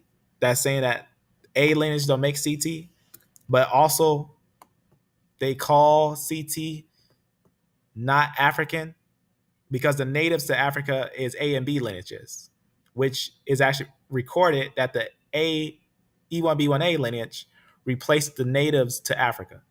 And that's what we were talking about yesterday when we were talking about the migration. So you can see right here, haplogroup CT. So remember CT right here, CT. So we're talking about haplogroup CT, which is not A and B lineages, which are going to be different. Because remember we said none of A lineages make CT. So you can see going back to, what was it? This, okay? So right here, haplogroup CT, right there, the lower part, haplogroup CT, which is not these ones. It's going to be a different lineage. These are different lineages, different family tree. So CT being his own family tree, this is what they say. Haplogroup CT in the lower right hand contains, according to the author of the study, 19 DNA lineages, all non-African. All non-African. So that's important because if we look at the information, then we start to notice because D is actually a lot of them are Japanese. A lot of them are Japanese. And also, just to show you how we know D is also Shemitic, do you know that there were Elamites found that connect to Elam? That's very important. I'm going to show you something that I was expressing the other day. Like when you connect pieces of information, sometimes it's like crumbs. You know, you get a little bit, but if you collect them all, you get a large piece of something. Show you something with Elam. This is why I like this because you could save like words and words bring you back to your sources. So I like to put the same word so I can find certain sources. So I'm going to read you something.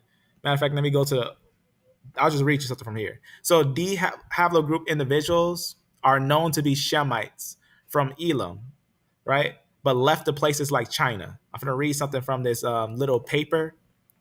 This was a free paper that they had pretty much. I'm going to read a little bit something here. So this just talks about Elamites and everything. And you see this name right here.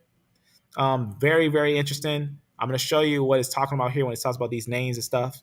And it's talking about these ones. It just talks about the Sumerians and the Elamites and all these different groups and whatnot. I'm going to go back because this one's just a piece.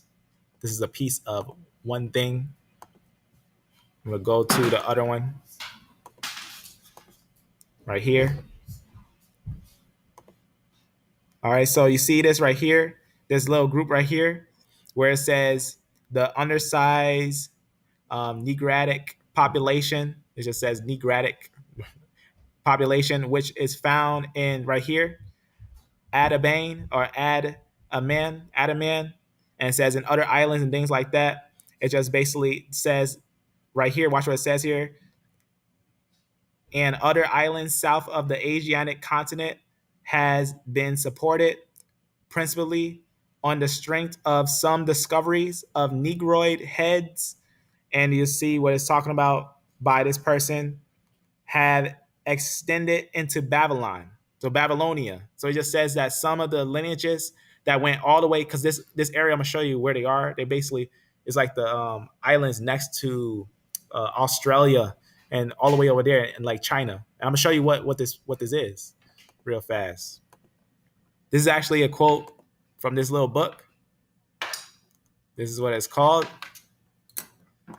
Just talking about because I'm going to get one more detailed. I don't know why it's covering up the name.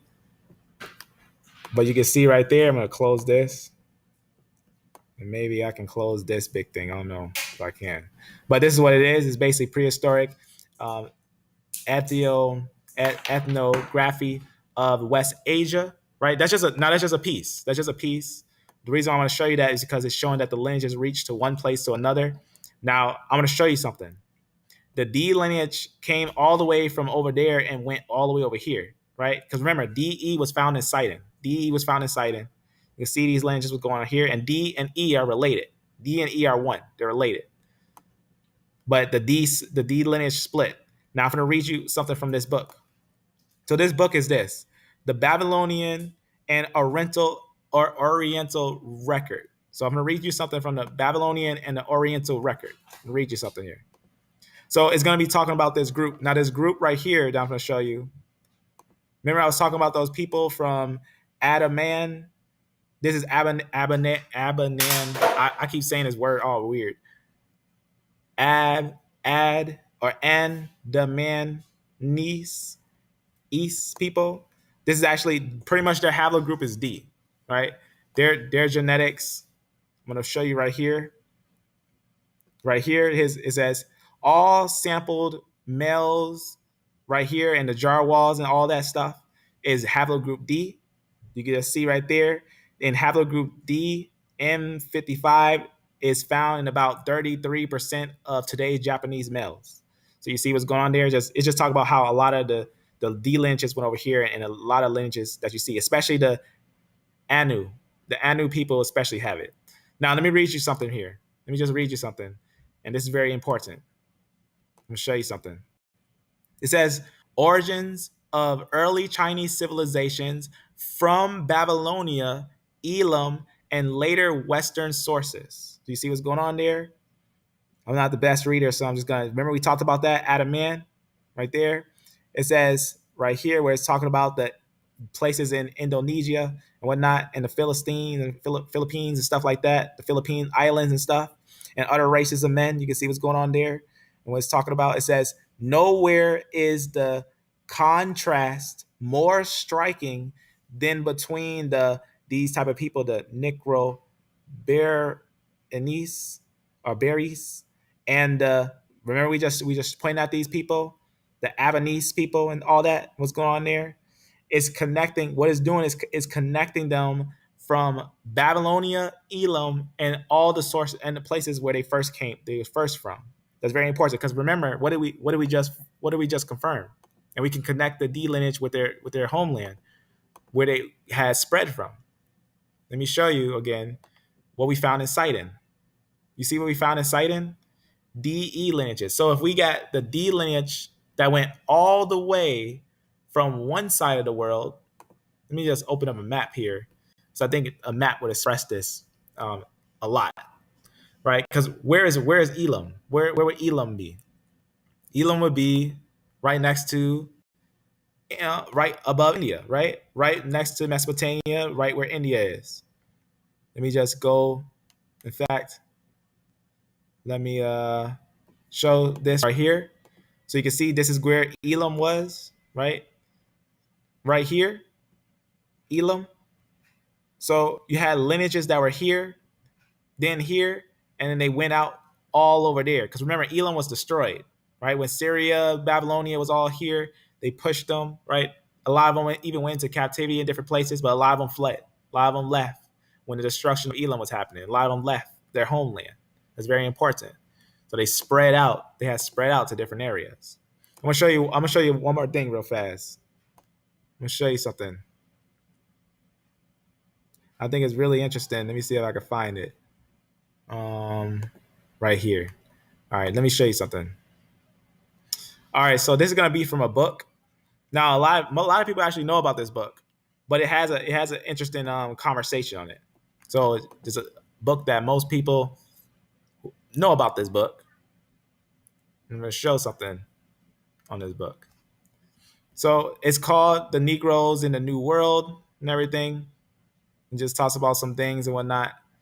But let me show you something that's said. So it's gonna be on this page right here. It's gonna talk about some groups and whatnot. Okay, so I'm gonna read something from here. All right, so watch what it says here. So it just talks about the Negro subspecies and things like that, and just talks about where they are. See this Timor, this area. This is like New Guinea. These are the islands, Solomon Islands, right? Very far out. They say the Negroid look, but they're in Australia, right? They say Asiatic, very Asiatic look. Some in New Ireland, they say, all in the areas by what's the word I'm looking for? Australia. Watch what they say about the Elamites. The Elamites of Mesopotamia appear to have been a Negroid people with kinky hair and to have transmitted this racial type to the Jews and Syrians. It's important. It says there's a curliness of hair together with a negroid eye and full lips. It's very important, right? They even on this same thing, right? Talking about the elements of Babylonia. Remember we looked at that, connecting the Elamites with Babylonia, right? The D group and the people from Adaman, how you say that? And you can see what's going on there. And then it just says right here, it is possible that in or on the verge of Arabia, the ancient basal stalk of the you can see the what they're saying, the Negroid part divided into two parts and just talks about stem into different areas and everything. We talk about that where they were sent, some um, even went up to Europe, some stayed in Syria, right? Some even went down to Egypt. Some went even down to Egypt. So that's what you'll see. You'll see them all in different areas. It just says that how the Negroid type is. What's interesting is this bottom part. They put a side note here. It says the Jews, because remember this actually is a paper. This paper right here is important to know that is fairly old and is written, if I recall, right here by an individual. It's stamped here, but that's not. Let me see. Make sure that's when it's written. I'm gonna go right to the page right here, up here.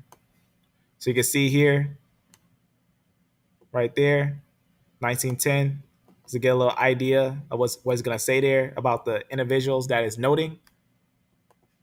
And this wasn't written by, because some people, they feel like people are biased, but this wasn't written by someone you would consider biased. This would be written by someone that's not considered biased, that's just observing what they're observing and putting what they're putting.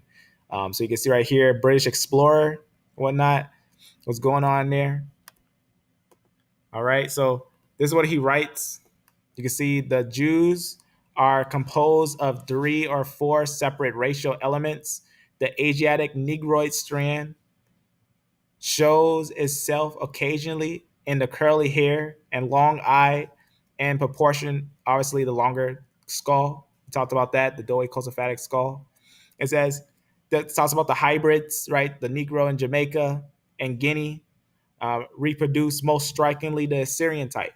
So that's obviously the ones that are living in the area, the ancient ones in Assyria.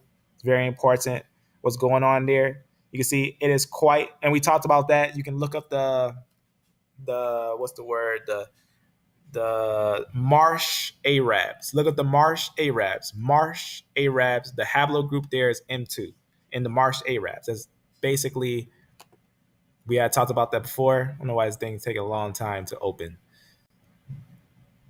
and close it. So the Marsh Arabs, we had talked about that in the live when we talked about J1P58, and we talked about who was in Mesopotamia. Because when people say Mesopotamia, they think it was just one people there, but it was mingled of peoples. E1B1A is there in Mesopotamia. Marsh Arabs, the Marsh Arabs, you find them there. But that's what it's talking about there. It says right here, it just talks about the Arabians, stuff like that, and what's going on there. Now, notice what we just connected, right? When we're talking about Elam, we're connecting that Elam has potential because the area where they were and the area where they're found, their genetics are the same. Their genetics are the same. That's very important. Despite any claims of how they look, it's important to understand that their genetics are the same. And a lot of the description of how they look was known. So that's very important. So if we notice that A and D lineages actually had left, that upper area and went out, it matches what the biblical narrative says when it talks about Elam falling and things like that, what happened in that area. And the reason why I'm showing you that is because that has to be noted as a split, right? We have evidence of CT having different lineages, but your DE lineage was also found in the land of Sidon, right? The DE lineage, these split and make their own lineages. And remember, from Abraham to that time, right, you got a nice portion, right, in between from here to here. You got a nice portion where some can be in different points of the land, right? We're not just talking about Shem, then all of a sudden Abraham was born. And then we got to work with that. And no one else was in that land. But we're talking about Shem and all the way down, right? And then you're going to have your Ishmael, and then you're going to have obviously your Jacob and whatnot. So Ishmael, Jacob, those are going to be very important lineages to find that land, right? Who is Ishmael and who is Jacob? What are those lineages? They're going to be from E1B1. That's who they're going to be, and that's how we find and that's how we find that area on what's going on. So real fast, so that's what I want to talk about next Sunday. Haplogroup F, the pinpoint of it and the understanding, because like I said, you see what's going on here from CF. Is this not Shem, or is this not Shem or Japheth or Ham? We have to consider what is C. Is C going to be Ham, Shem, or Japheth? And these come and make these ones. You see, CF makes these ones. So everything under CF is going to be related. So if CF makes these ones, yet these ones don't make these ones. You see what I'm saying here? These ones don't make these ones, but these ones are all related. That's a parental lineage. That means these ones are all related by CF. So everything under CF are related. That's very important because CF, again, remember CF doesn't make CT. CF doesn't make CT, and CT actually makes DE. So CT makes DE. So these are all related. These are all going to be related, but they're not. They don't make the same. So we're getting close to a pinpoint. Now we're going to note this. If you don't, it doesn't say it right here, but you got to find the actual understanding of the splits. And that's why I was showing you this. No, this one's okay too, but let me go to the unrooted chart. Look for an unrooted chart, and you can notice B lineages and A lineages don't make E lineages and D lineages, right? You see what's going on there? These are their own branch. These are their own branch from CT. So if D and E lineages are not going to be making B and A lineages, that's a split. These are not the same. These are going to be split from CT, which CT makes all the lineages under F. CT makes all lineages under F. So everything under F are 1. So you can see right here, everything under DE are 1. Everything that are A and B are 1. So you can see right here, these are going to be 1. Remember we read that where B and A are related? They are related, but they're not going to be the same. They're not going to be the same. So these are different, these are different, and these are different. So remember that. By F, they're going to be different. That's very important. So you can see these lineages right here, your F, and what is G, and what is H? These are known as European lineages. If these are European, these are related to these more than these are related to these. You see what's going on there? These are related to these more than these are related to these. But these all come from F. These all come from F. So F makes all of these, but F doesn't make these. See what's going on there? Hope that's not confusing. F doesn't, well, when I say these, it makes C too. F makes C, but F doesn't make D. F doesn't make D. That's going to be your split. In fact, this arrow needs to be a little higher. This arrow needs to be a little higher. The split is actually here, here, and here. That's actually where the split is at, because these are actually connected. All these are connected. This is connected because I thought. See, this is what I found when I listened to Jensen. He didn't know what C was. He didn't know if C was here or here, but C is actually here. C is without a doubt on here. That's one of the benefits of talking to a geneticist, because you get a clear understanding of some things on what's going on. So C is actually over here. C will actually be over here underneath F, and that's how we see it split. You can see your CF, and you get your CF, and you get a C, and you get your F. But F is going to make all the lineages under it. So you see what's going on there? F is going to make all these lineages. So these are related, and all these are going to be related. So you can see what's going on there. These are all going to be related. And they're going to be more ancient branches, but related, all under F.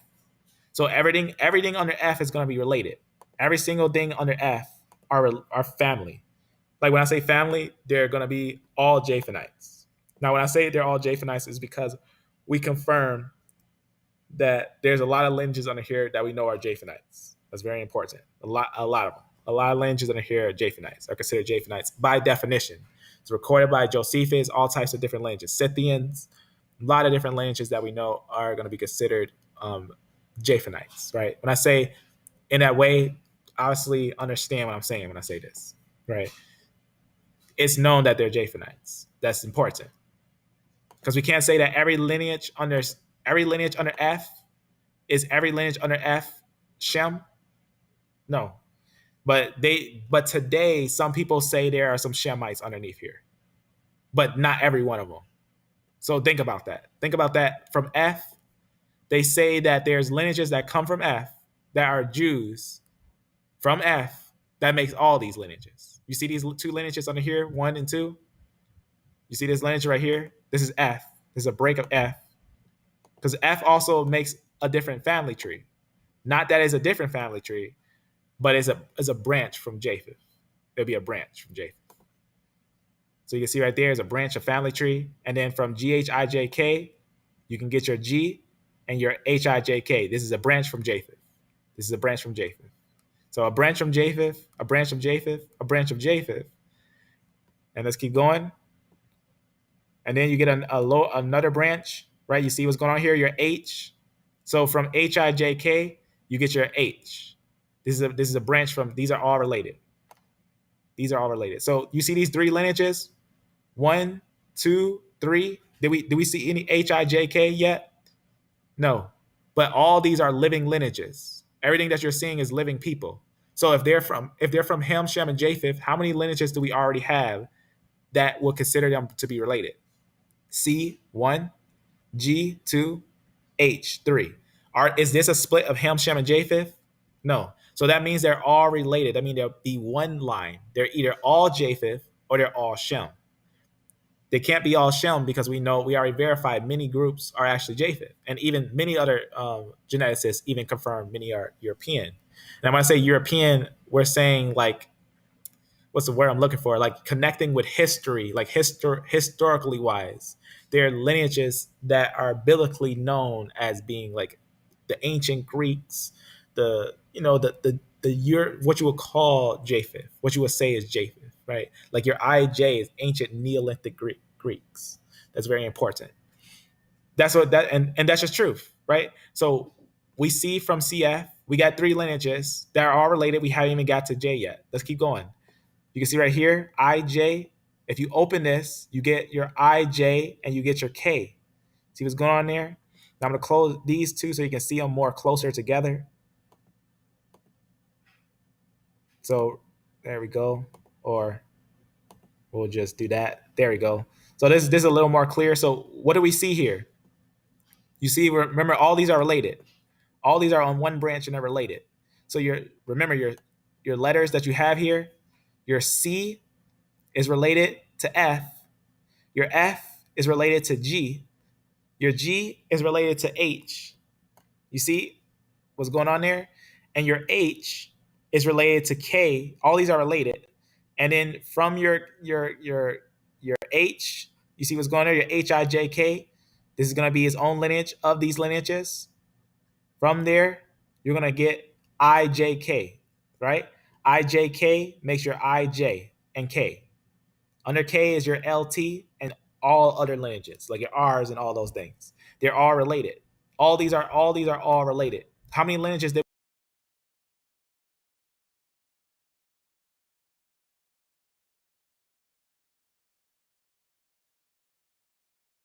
this is where your R is. You see these three lineages here? Let me show you something. When we now did we touch any of these lineages? No. Why? How come we didn't touch none of these lineages? Because they're a different split, right? This one has 55% in it. This one only has 7% in it. Because this is not these are not the same. These ones don't. None of these make these. So that means that this one and this one has a parental lineage somewhere at the root. Somewhere at the root, these lineages split and they have a different lineage. It's a different lineage, but these ones have to be the same family. You see what I'm saying here? So if we say that H, because a lot of these are considered European lineages and far lineages, C, F, G, H, I, J, K, right? I, J, K. You got your I, J, K right there, I, J, K, with your I, J, and K. And then under K, remember, under K is going to be all these lineages. You see what's going on there? All these lineages are under J. I mean, under K. So right here, your K, all these lineages are under K, which are going to be your R and your Q. And all these lineages, what you see here, they're related. They're all family. That's very important. Since they're all family, we got to understand something. These ones are related, right? These are all related. Going to this one right here. This is and understand when I say this. This is not someone that's not there. This is a person.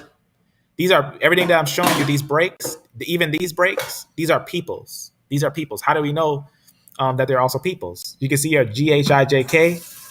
These are fossils that are found. These would be fossils that were found there. You can see your GHIJK, and you can see your G. Look at how many G's are there. 70. 70 G's are there.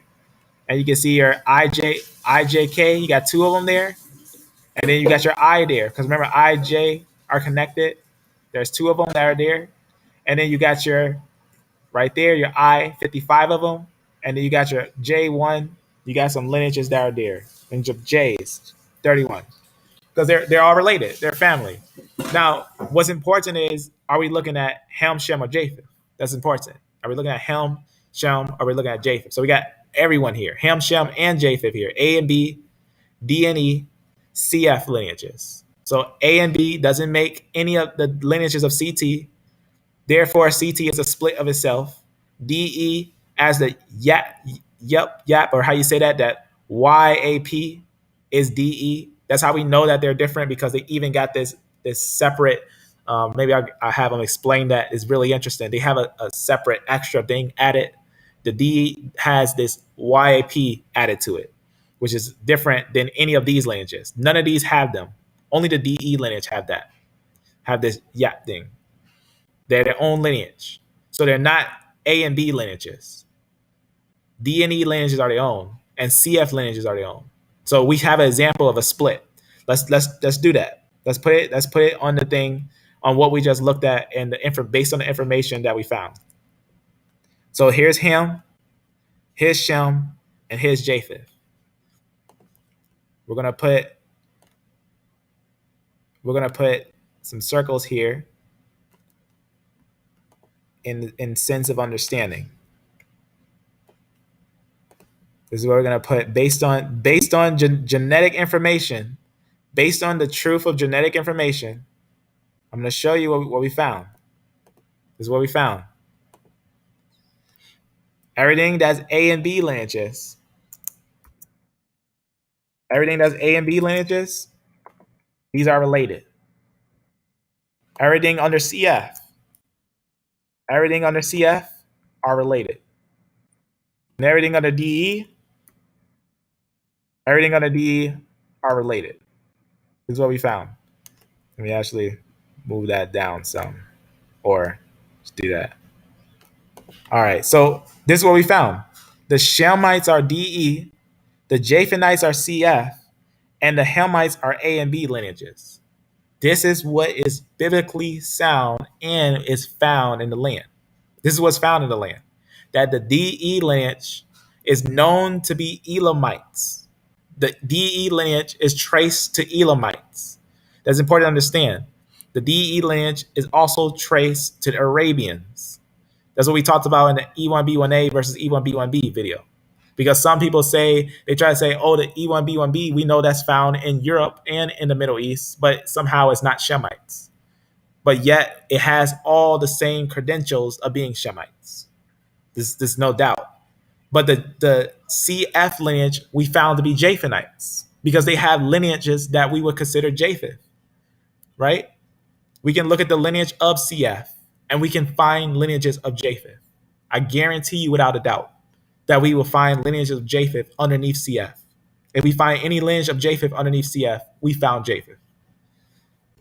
A and B lineages are Hamites. We talked about it before how the A and B lineage were the natives to Africa. Those were the ones that were native to it. That's important. But the DE lineages were in a middle. What was given to Abraham from the river of the Euphrates, right, to the Nile River, right? That's Africa. So part of Africa was given to Abraham, and part of the Mesopotamia was given to Abraham. Abraham has Euphrates, and he has all the way to the lower part of the Nile. Those are the promised lands that was given to Abraham by promise. So it makes sense to find Israel in a middle state, where we find the lineages of the Shemites. When I say middle state, right in the middle where we see Africa and the Middle East, right? In fact, you can look up the African plate. Look at the African plate that take the separation, and you'll notice that part of Africa's plate is also in the Middle East. And in fact, a long time ago, the Middle East was called Africa. That was parts of the Middle East that were called Africa. But that's another story of its own. What is Africa? Where did Africa come from? What is the story of Africa? I talked about it before in the book that's talked about with Josephus. Josephus expressed that if we look very carefully, he actually expressed that Abraham and his sons, a lot of them had moved into Arabia. Some of them went down to Libya, took Libya and called it Africa, right? Abraham's sons called it Africa. That's very important. So that's very important. So the E lineage in relation is different than CF, and DE is not the same as AB. So we have an example of Hamites and Shemites and Japhethites. You see what's going on there? So remember what we did from Adam, right? I'm just gonna put Adam. So from Adam, we get Cain's line and Abel's line. Both of them we don't see today. Then we have Noah that comes from Seth. From Noah comes a split of Ham, Shem, and Japheth, based on genetic information, based on the looking of things and confirming the lineage of F. And that's what we're going to also talk about Sunday if you want to get the pinpoint of these things. Which let me just show you an example of F. Just some quick examples. Just some fast examples of a note that I want to do a more concentrated go into with this geneticist. So I'm just going to express something real fast. So obviously, you can see you have different people that would be F-m89. I'm just going to go to some parts on here and talk about some highlights. Let's talk about a part right here. It has been shown that several dominant Y chromosome haplogroups such as O, D, C, and several rare chromosome haplogroups such as F-m89, K1, K9, and these ones. It just says constitute the East Asia Y chromosome gene pool because it just talks about how F went all the way to Asia and things like that. That's very important. When we talk about they went all the way far to Asia. Remember we talked about D. It also went far to Asia. F-m89 is a living person. That's important. If F-m89 is a living person, right? If F is a living lineage, then everyone who is connected to F is related. Everyone connected to F is related. That's very important. That's gonna be talked about when we go over it, when we have a conversation. Because from F comes these lineages, other Fs, which is F1, F2, and F3. And that's where you're gonna have these different lineages that are gonna be their own. But we gotta say, are they Shemites? Are they Japhethites? Are they Hamites? Right? They're gonna be Japhethites because we're gonna know where they're from and what's going on in the area and who they're all connected to. It's gonna be very, very interesting, I think. Very interesting, very deep to go into. But I'm just going to scan through just to show you a little idea, right? We had talked about that. F. This is a more accurate picture of F. E lineages were here, but there also, remember, there's going to be all types of letters in these areas, but the larger it is because it's dominant there. The E lineage was actually dominant in this area. The E lineage was a dominant lineage in this area, right? And how do we know? Because we can go to the Natufian, we go to ancient times, and we can note that in ancient times. For example,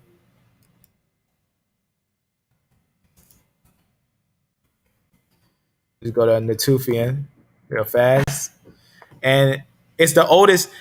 Now remember what it said. The E lineage. This is the oldest place you find the E1B1B lineage, and this is what the land looked like. The land looked like this. This is Natufian. This is all Natufian, and they cover the Middle East, and they cover all these areas. What do you think the A and B lineage was? Mainly down here. The A and B lineage was originally down here. There was no that. In fact, in this time, there was no E1B1A down here. In this time, it was in between here, in the midst of here. That's where E1B1A was, in the midst of here. You can see where people would say he was Ramses. Well, do some research on Ramses, and he's not related to the original Egyptians that were there. He's actually going to be a separate lineage that was there. So how did he get on the throne? What happened? If you know the story of like Ramses II, Ramses II wasn't of the royal line, and he was a different lineage. Now that's very important because that shows that the lineage on the line changed. So something happened and it changed, and that's very important because we even see stuff like that in the biblical narrative where it talks about in the land of Egypt, right? That was a plague that had happened. That what would you think would happen to Egypt when they left there? Be some crazy things happening down there. Probably wouldn't be going through the same process that it was going through. Be on a different level. So you get different people that get on the throne at that time. A lot of different people, different lineages. E1B1, E1B1A, who knows? Switch it up. Before it was our lineages. It was our lineages on the throne. Our lineages from the Scythians. Different lineages that we find in the Scythians came down and dwelt in Egypt. That's very important. And they ruled in Egypt. And all of a sudden it changed. Lineages changed. And then you start seeing the E lineages roll down there. But there was already E lineages in this area. That's very important. But not in these areas, in the ancient African areas, which is the A and B lineages. Those are going to be different lineages. But a lot of A lineages were over here, up in these areas. A lot of A lineages were up in these areas because Ham ruled in Mesopotamia at Babylon. And you can find A1 in Scotland. A1 is in Scotland. You can find old place. I'll talk about that too. Maybe another time. Maybe we'll do a video just on A and B and talk about some interesting things about them because I'll talk about that another time. It's really deep and really interesting. But we find A lineages over here. A1 up in Scotland, ancient times. Very, very interesting.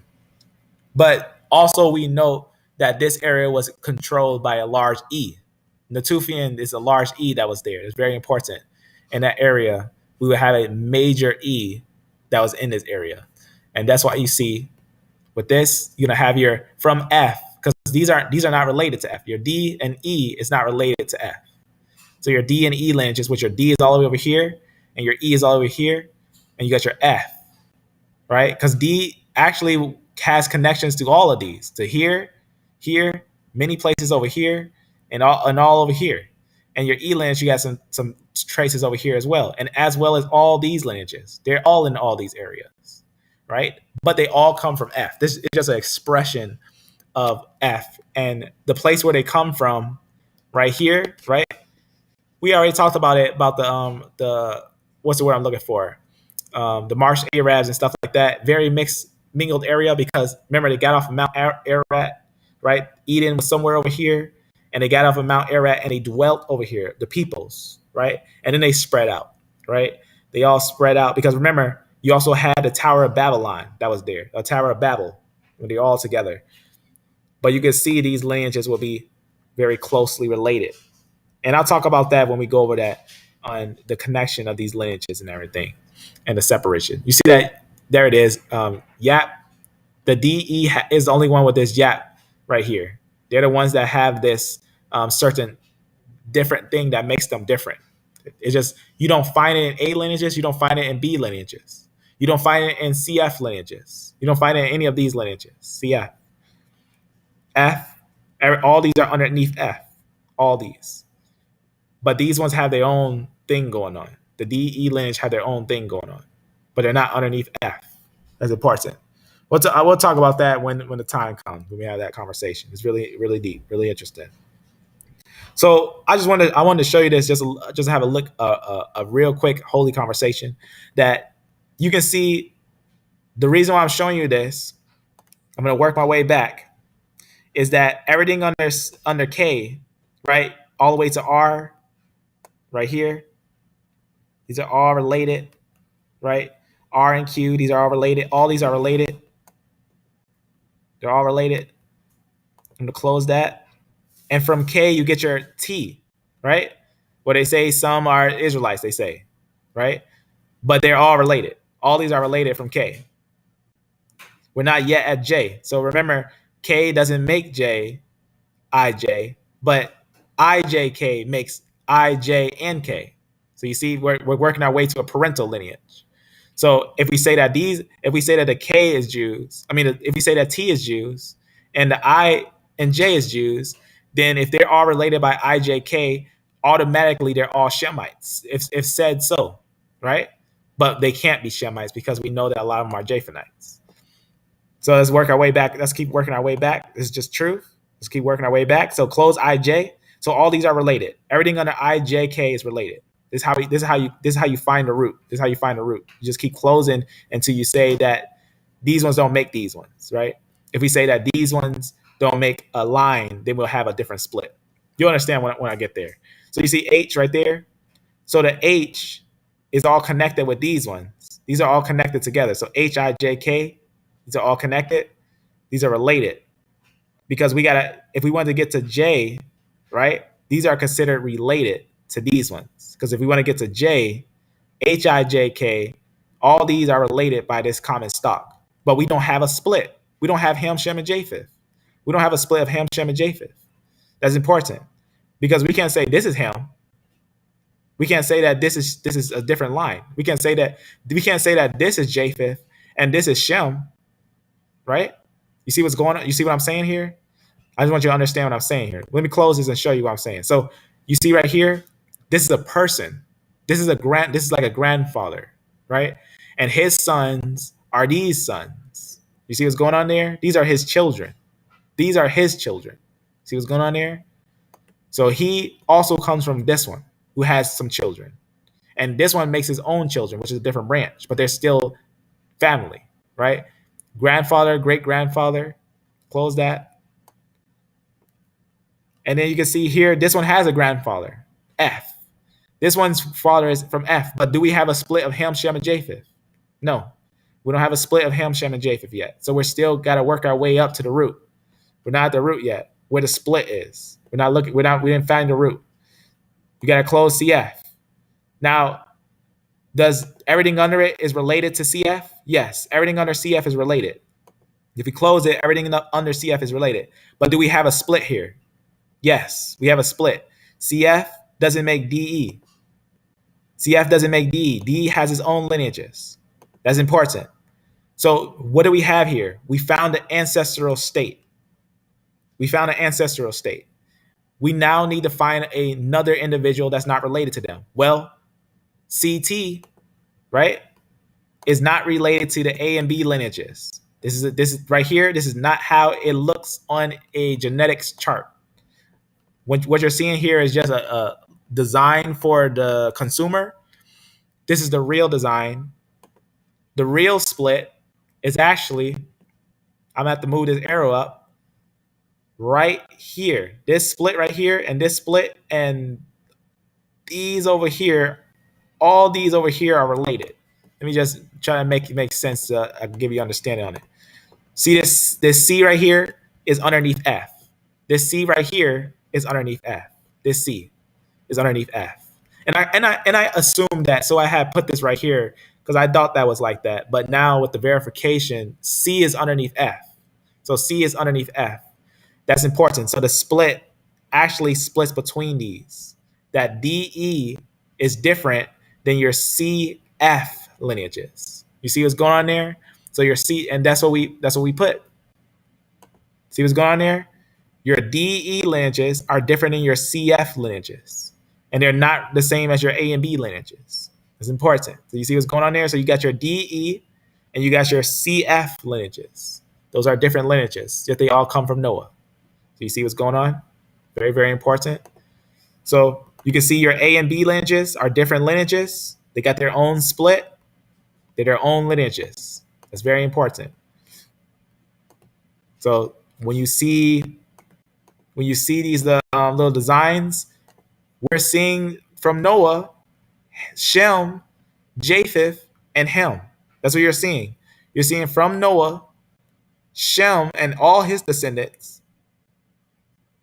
Japheth and all his descendants, and Ham and all his descendants. You see what's going on there? So 3 lineages. Now let's be honest. Let's be honest so that we can be honest. Let's look closely at this. If someone is of the line of Gomer, can they make of the line of Abraham? No. Can blood-wise a line of Gomer make a line of Abraham? No. Can a line of Cush, a bloodline descendant of Cush, make the line of Javan? No. So a Hamite doesn't make a Japhethite, and a Japhethite doesn't make a Shemite, and a Shemite doesn't make any of these. So we have to note the split. We have to note 3 lineages that are different because the biblical narrative is true. There's 3 lineages that are different that don't make each other, but are 3 lineages of humans. And that's what we find at the split right here at this little buffer between your B lineage and your A lineage. And then a separation over here with your CF and your DE lineages. You're going to have your CF and all the lineages under CF are 1. 91% under CF. How many under DE? 7% under DE. This is a split. These are separate lineages. 90% of people are under CF. Only 7%, only 7.8, it's like 8%, close to 8% is under DE. So 7.9 under DE. And then you obviously are going to have your A and B lineages, which you got to note that they don't make any lineage of CT. A and B lineages are separate lineages. They don't make your lineages of CT. They're going to be different lineages. Though they're all connected by its root going all the way to Adam. Roots to Adam. That's what it traced to. Even to Noah. It'd be connected to Noah. So that's what we did right there. All these are connected to Noah. Trace back are connected to Adam. You see what's going on there? So, and that's what we see with genetics. We see the truth of the matter seen by the haplogroups that are evidently found in Sidon. When I say the DE, because you had enough time between Seth and Abraham, right? Well, Seth and Abraham.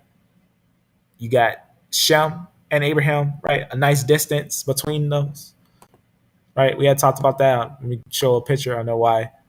Maybe I moved that little picture just for the information's sake, but there it is. So right here, Shem to Abraham, you got a distance between them, right? They can all be DE. All these can be DE lineages. There's no problem with them having the original lineage of Shem. They can all be DE because there's mutation rate, right? We'll talk about that too. We'll go into that with the snippets and everything, the mutation and all that stuff. They can be DE, and then all of a sudden you get your E lineages that's split from DE, right? Different lineages because of the mutations, different mutations and that happen. Change, right? D is different than E. Though they start off the same. But they all start off as from Noah, right? Japheth is different. They all was the same, right? From Noah, but Japheth is different than Shem and Ham. So just to show one more time, your A and B lineages, these are all related. But your CT lineages, Hamite, these who are Hamites cannot make Japhethites and other lineages, Shemites. A Hamite doesn't make Japhethites and Shemites. Does a Hamite make Japhethites and Shemites? Is this not Shemites and Japhethites? This is Japhethites and Shemites. Everything under CT is Japhethites and Shemites. Even if you don't believe that or even if you don't believe that E and D lineages are Shemites, under CT, there's no doubt. Even if you was to say that J is a Shemite, and you were to say that R, some R's or some different lineages are not Shemites, then you just said that CT makes Shemites and Japhethites. CT makes Shemites and Japhethites. That's what CT makes, and that's what it says right here too. They say that these ones under CT, 19 lineages under CT, 19 Y chromosomes or 19 lineages, all non-African, right? All non-African, because they actually began in the Middle East. That's where they began. A lot of them began there, but a lot of Hamites they went deep into Africa. A lot of them went deep into Africa. The Hamites went into Africa early, but remember, Nimrod also came out and he ruled up in the north, right? Because that's what we find also in Sidon. A and B lineages in Sidon. That's what we just noticed in Sidon, right? In the land of Sidon, you have A and you have B lineages, which are buffered to BT. See what's going on there. A lot of them, 121. So you can see what's going on there. There's a lot of lineages of the Hamites that are there. So that's very important. That's very, very important. So going back to this, you can see right here your CT. So everything under CT, right? Everything under CT, you're going to have a split. So what do we find out as CT? CF doesn't make DE, and DE doesn't make CF. What does that sound like? CF doesn't make DE, and DE doesn't make CF. We found a split. We found a parental split. A parental split. That means that these are going to be different, but they're not going to be the same as A and B lineages. So if the A and B lineages we all agree is Hamites, you know what we just found under CT? Japhethites and Shemites. That's what we just found there. Because Japheth can't make Shem and Shem can't make Japheth. That's important. That's just truth. That's a genetic fact. That's just truth. Which it's verified, and we're gonna go over it Sunday just to go over how F lineages, right here, just from CF, F lineages are all related. Every single one under F is related. You saw how we did that and went back and went forth and closed it and made the deal to know that these ones aren't related, but these ones are. All these are related. There's C and your F, and then all those underneath it are related, but yet we don't have three splits. That's important. That means the parental lineage is over here, more as CT and BT. BT, CT is more the split of the lineages. That's important. So what do we have? A and B lineages, right? A and B lineages are going to be your Hamite lineages. Your lineages of CF, these are going to be your Japhethite lineages. And your lineage of DE, these are going to be your Shemite lineages. That's very important. And that's what we're noting when we note genetics. From Adam, 2 lines, they were cut off, right? And then you have Noah, and then you have your 3 lines right here. That's important. All from Seth. And you're going to have your Ham, Shem, and Japheth. Ham, Shem, and Japheth. Remember, A and B doesn't make DE. DE doesn't make CF. CF doesn't make DE. DE doesn't make A and B. We found Ham, Shem, and Japheth. That's what happened. That's what genetics is actually showing. But a lot of people don't know that. The reason why is because they don't want you to look at F. They don't want you. A lot of people don't want to point to F because F is a root. F is a root of all the CF lineages. F is a root of all the CF lineages. So your CF, very important. They're related. Your DE, these are related. Your A and B, these are related. But they're all three different lineages, three distinct lineages from Noah. So that's what we know when we look at genetics. When we look at genetics, is very important and solid to understand that. Maybe I'll keep this little picture for another time, but I'll make it a little more easier on the eyes. Maybe I'll work on it. I'll edit something out here just to show you, just to save it later and show you something later. So you see what you just saw there? That's what we see when we look at genetics. So that's evidence of the Bible. The genetic information actually shows evidence of the Bible, but it also shows how ignorant the world is. Why is it? Why does it show that the world's ignorant? Because if we just go to CF, that's what I was showing you, that they're all these are related. All these are related. All of them. All these are related. They're all from CF. Everything that you see here are all from CF. That's very important. Everything that you see here, they're all under CF. Every last one of them. But notice that straight shot down, a straight shot down. It's not like you open one and it's a long branch. You'll start seeing that with the right here. You got your K, your LT. It's very important that your K and your LT, they're related, right? Both coming from K, then going up IJK, HIJK, right? IJK, close that. HIJK, close that. GHIJK, close that. Because you see it has add-on, and the F. F, that's the grandparent. That's the grandparent of all these lineages. F dash M89 makes all these lineages. Yet you don't have three splits. So that means we have to keep going back to the root because this is a grandparent, but not going to give us Noah. It's not going to bring us anywhere close to Noah. So we got to keep going. CF is going to be that split. And last time, that's what we see in Sidon. You can see your CF right there. You can see your CT. Because remember even if we say that CT is Noah, his ancestors, the ancestors from him, can have his same CT for a while. And then it was changed, right? For example, let me just show you what I mean. So let's just say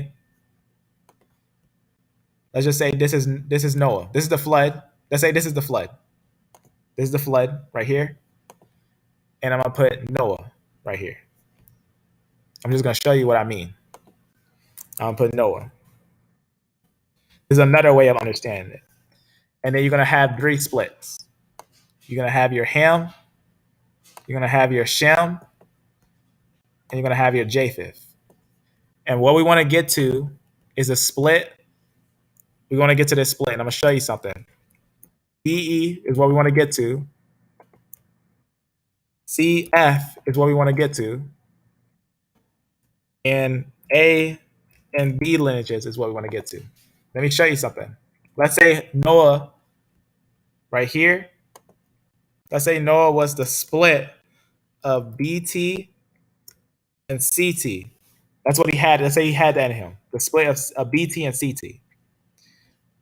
Let's say right here, it goes, this one just gets a BT. From Noah, he just gets BT. But these ones get CT. Remember, you gotta get the next branch from Noah. So BT makes BT and CT. CT lineages. These are related. These are all related. So you see they come from Noah. Now watch what happens. So from CT, right? you're gonna get obviously your DE lineages and your other DE. Let's say how many lineages till we get to like no, no, what was it, Abraham? Let's just go over there and count it real fast over here. So right here from the flood, how many lineages to Abraham? So 1, 2, 3, 4, 5, 6, 7, 8, 9, 10, 11. So let's note that just up to Abraham and get an idea of what's going on there. All right, so right here, 1, 2, 3, 4, 5, 6, 7. I don't know why I'm gonna keep them all even, or even like 8, 9, 10, and then 11, because we're gonna know a split. We'll know a split there. So the same thing with this one. The same thing with this. They're gonna have their own lineages in their own way. I'm just gonna put some lines here just to express it. I'm not gonna do as much as the other one. All right, so I'm gonna show you what it would look like. So remember, these are going to be family trees until we get to Abraham. So what did it tell us? It said the sons of Abraham was E1, B1 lineages. So we're just going to put that just like that. And then we're going to note that there's a split. There's a split that comes from your D lineages, and that's going to be your D, right? It's going to be your D lineages. So your E lineages come from DE. Your D lineages will come from, well, your DE lineages makes D, and your DE makes E lineages. See what's going on there? So let's work from the root. From Noah, if he was BT and CT, he would make CT and B lineages, right? Well, CT and C and BT lineages. Now what else will we get from here? We'll get another BT, maybe another BT down the line, and then all of a sudden we get a mutation of A and B lineages. It's important. And then you're going to obviously have your A and your B lineages that come from here. So from here, you're going to get your A and B lineages that are going to be different lineages. So right here, you'll have your B lineage that is separate from your A lineage. So that's what you're seeing there. So right here, you'll still have CT, right? From CT, these ones make CT. Maybe these ones make some more CT. Maybe these ones stay a little CT. Maybe even these ones stay CT. Maybe even these ones stay CT. And these ones. But then all of a sudden, you start to get a change. You start to get some DE that come in.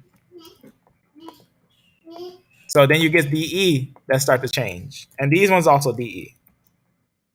See what's going on here? So these children can be there to the mutation, to the split of the mutation. And just like this one, you can have all of a sudden it has a mutation of CF. And then what happens later on? You start getting more lineages from here.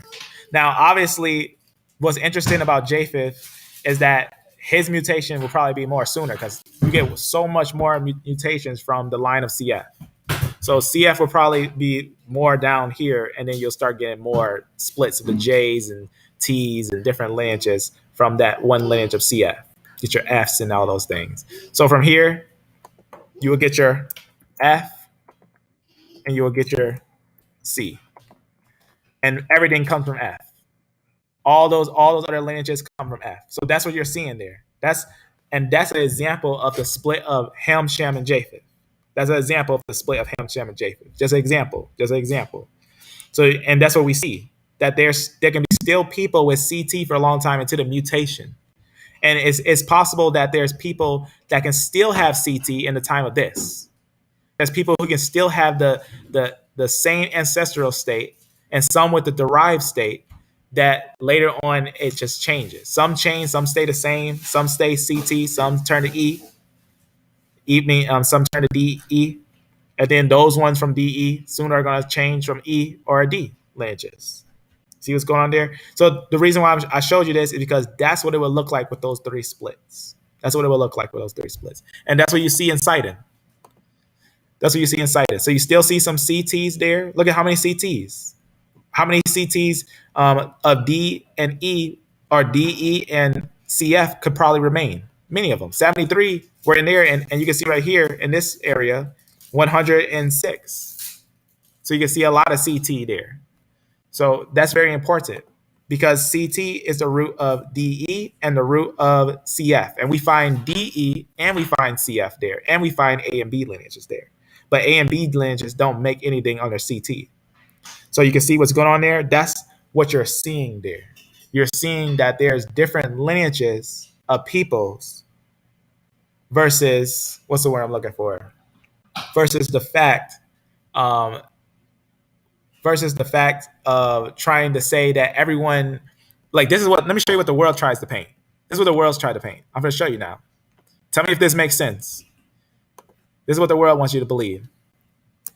A Hamite makes a said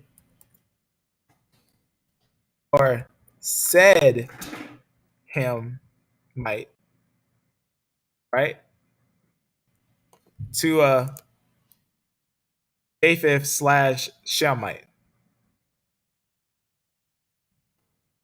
Does this make sense? If I was to tell you this biblically, if you was a biblical person who believes the Bible, if you believe the Bible, be honest. Does it make sense that a Hamite makes a said Hamite and makes a Japhethite Shemite? If you're saying that makes no sense, you know what you're actually you might be believing that an A and B lineage supposedly makes a D and an E lineage, and then supposedly makes your CF lineage where you're going to get your J1-P58 and your T groups and your R1A groups. Does that make sense? Does any of that make sense? Does it make sense that a Hamite made a Japhethite? That's what people believe. This is an example of what people believe when they don't understand genetics. When they start to say that the Ashkenazi are Jews because they have J and they have T groups, but they exclude all the other groups that they're not related, like they're not F, like they're not part of CF, and F is all related. Does that make any sense? No. Because that's what they were doing, and I'm gonna show you. I'm gonna put something down to show you that that's what they were doing. I'm gonna show you something that's what they found out too. Look what they say. This is what they say. Apparently, they were too much focusing at bending the data to fit out of Africa. You know what you're seeing right here? It's supposedly these were in Africa, and then these were not in Africa. That's what the out of Africa idea is. Let me show you. I took a picture of it because it's a bogus lie. And if you see the information, you see this right here, where it talks about BT here. Very important. They talk about how the out of Africa idea, that it was the masses that spread this idea.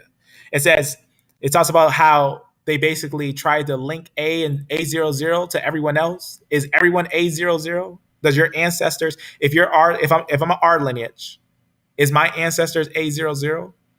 Does A00 trace to the R lineage? No, it doesn't. But yet watch what they say here. I'm gonna show you something.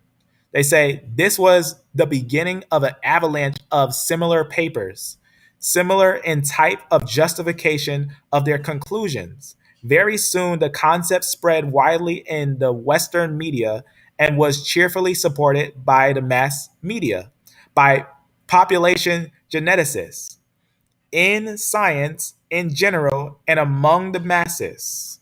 Right? Among the masses, this was accepted by some. Watch what it says here. In almost no time, the general understanding was that the out of Africa theory was totally, completely, irreversibly proven by strict scientific means. In reality, there were practically no other genetic justifications. That means the out of Africa idea was false. It was a false idea that was spreading throughout the media. That's very important. And let me show you something. You see this root right here? Where does this root actually bend to? This root right here, they try to make it have two bends and make the A lineage, and they try to make the A lineage make BT lineages. But you know what's interesting about that? You see this BT right here? Actually, BT makes A and B lineages from BT. But CT right here is not made by these. These don't descend this way. For example, let me show you something. You know, we were just looking at this. Show you real fast on here. Let me show you something. In fact, with CT, because it talks about BT a lot. I'll show you something with CT on this. It talks about CT a lot too, or it puts it in a way that it seems like a lot. All right. In fact, I'll do it like this. All right. So you see, it talks a lot about none because the reason why is because a lot of groups of CT right here says it talks about the how they see it on the chart. And that's why I was showing you the split of A and B right here. Well, a little bit over. I'm not going to go to it and leave this one that I'm showing you. Let me show you right here. I'm going to go to something here.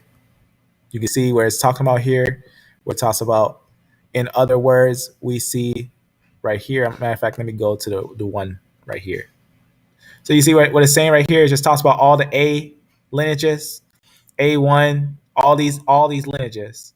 And it says right here, none of BT or CT lineages descend from them. Now, the reason why they say BT doesn't descend from them, because if you look on their chart, they'll put BT here like A descends into BT. But do you know what BT actually is? BT is older than these. This lineage right here is older than these ones. That's very important. This lineage right here is older than these ones. And actually, it makes these ones.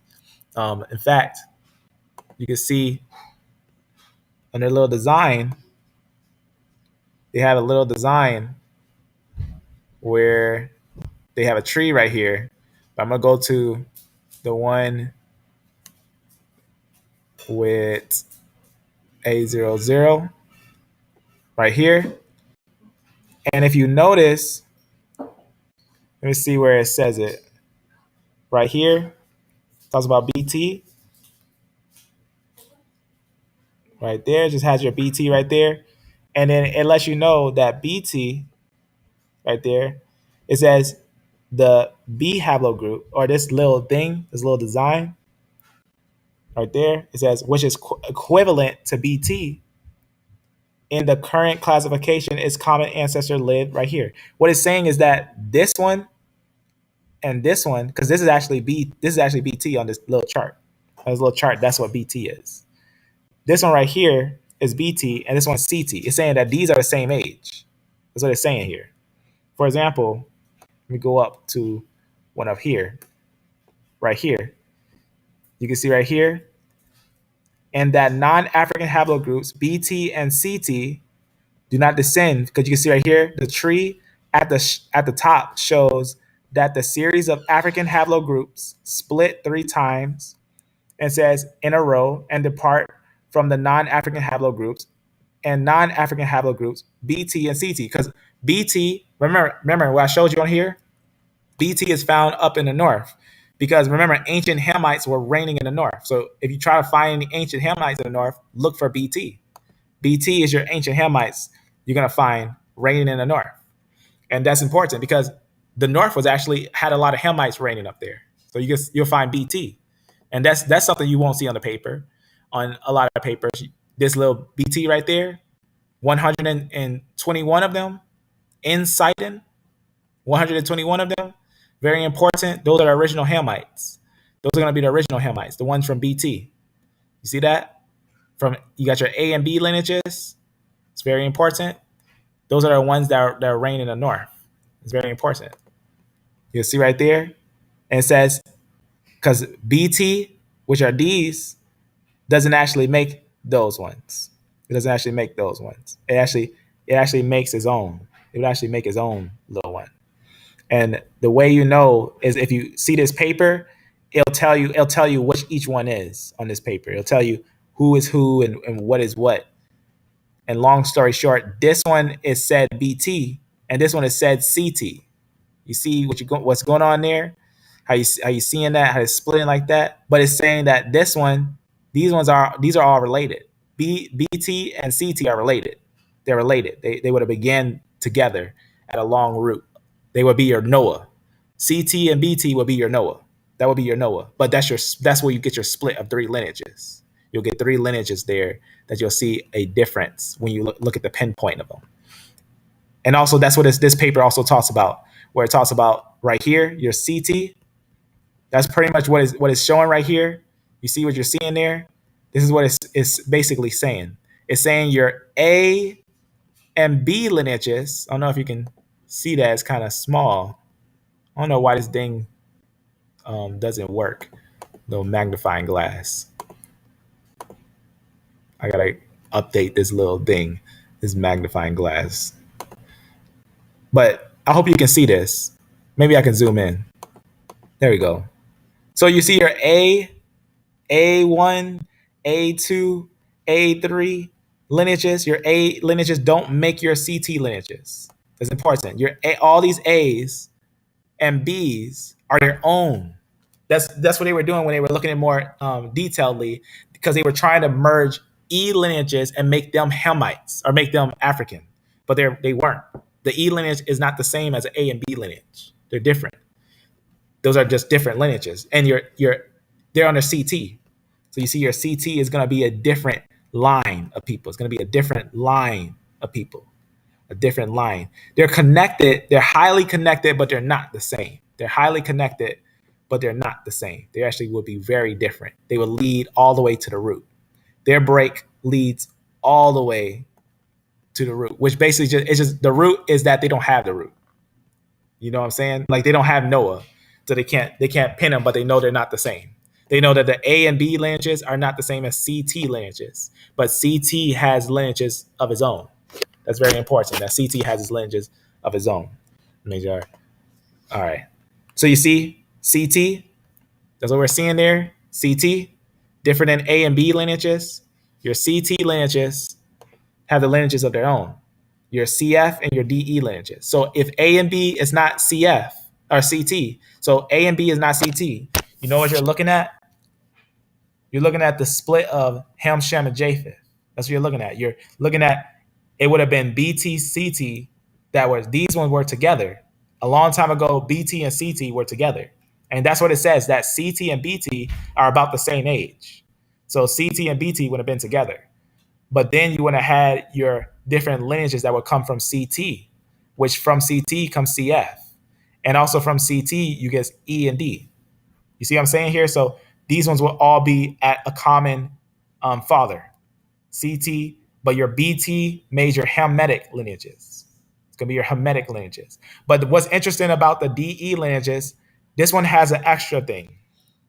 At its root, it has not at its root here. When it changes, it gets this yap thing right here. Just note that it gets this yap thing. It's like it's hard to explain, but genetics, they'll explain to you. It's something different. It's something different that none of these have. It's something different that none of these have. You can probably find it easy if you ever looked up research on it.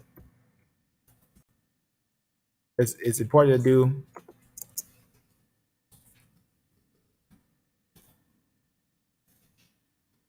It talks about it right there, the yap. You can go into details on it and talk about what it is. They talk about it a lot. Yap insertion. That's what they call it. The yap insertion. It's very, very interesting to go into what is going on there with that insertion, the yap insertion. I don't know why I don't got the light on. I can't see. keyboard. All right. Yeah, yap insertion. Look, this one won't give you, a little of that information. But the real yap insertion, genetically is in this line CT. DE has the yap insertion. DE has the yap insertion. DE is different. DE is just a different one than CF and all these lineages. That's important. Otherwise, if you try to say that DE is related to these ones, you know what you're trying to say? You're trying to say that DE is related to these ones, but not these ones. So how is that? How would that be possible? Only if you believe the outer Africa idea. The only way that will work if you believe that we all began as Hamites and somehow you get Shemites and Japhethites. That's impossible. And that's what they say a long time ago. They try to say everyone was this genetic atom. Look it up. Genetic atom. Or what's the word I'm looking for? Scientific atom. Look it up. Scientific atom, genetic atom. They try, and that's an A lineage. That's A00. That's what it is. And they try to say that everyone is related to them. But the thing about A00, even if you look on family tree DNA, this is A00. This one right here. This is A00. A00 is not related to those. In fact, I even have a little picture of it when I went over A00 because A00 is a trickster. I'll tell you that right now. A00 is a trickster haplogroup. Once you look into it, it has some tricks going on, but it allowed me to get detailed into what's going on there with A00. A00 is going to be its own lineages, has its own line, its own lineages. So, but today I just want to go into detail into those things, into the evidence of the split, the actual evidence of the real split of these things.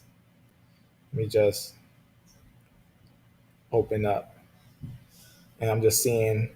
Oh man, I think Shem and Japheth had similar before they split into DF. That's right. I'm glad that brother said that. I don't know when he said that, but that's right. That's right. There's Shem and Japheth split into CF. That's right. See, and these are very important facts. The things that are said when examining these are extremely important facts. That's very important. So getting a more clear on these things. Amen, family. Amen, amen. So the out of Africa idea that we all began as A groups, because this is what they say. This is what they say. They try to say we all began as A. That's not true. We all didn't begin as A and then we mutated and became R's and J's and T's and E's and D's. That's not true. But A and B is his own family. D and E is his own family, and CF is his own family.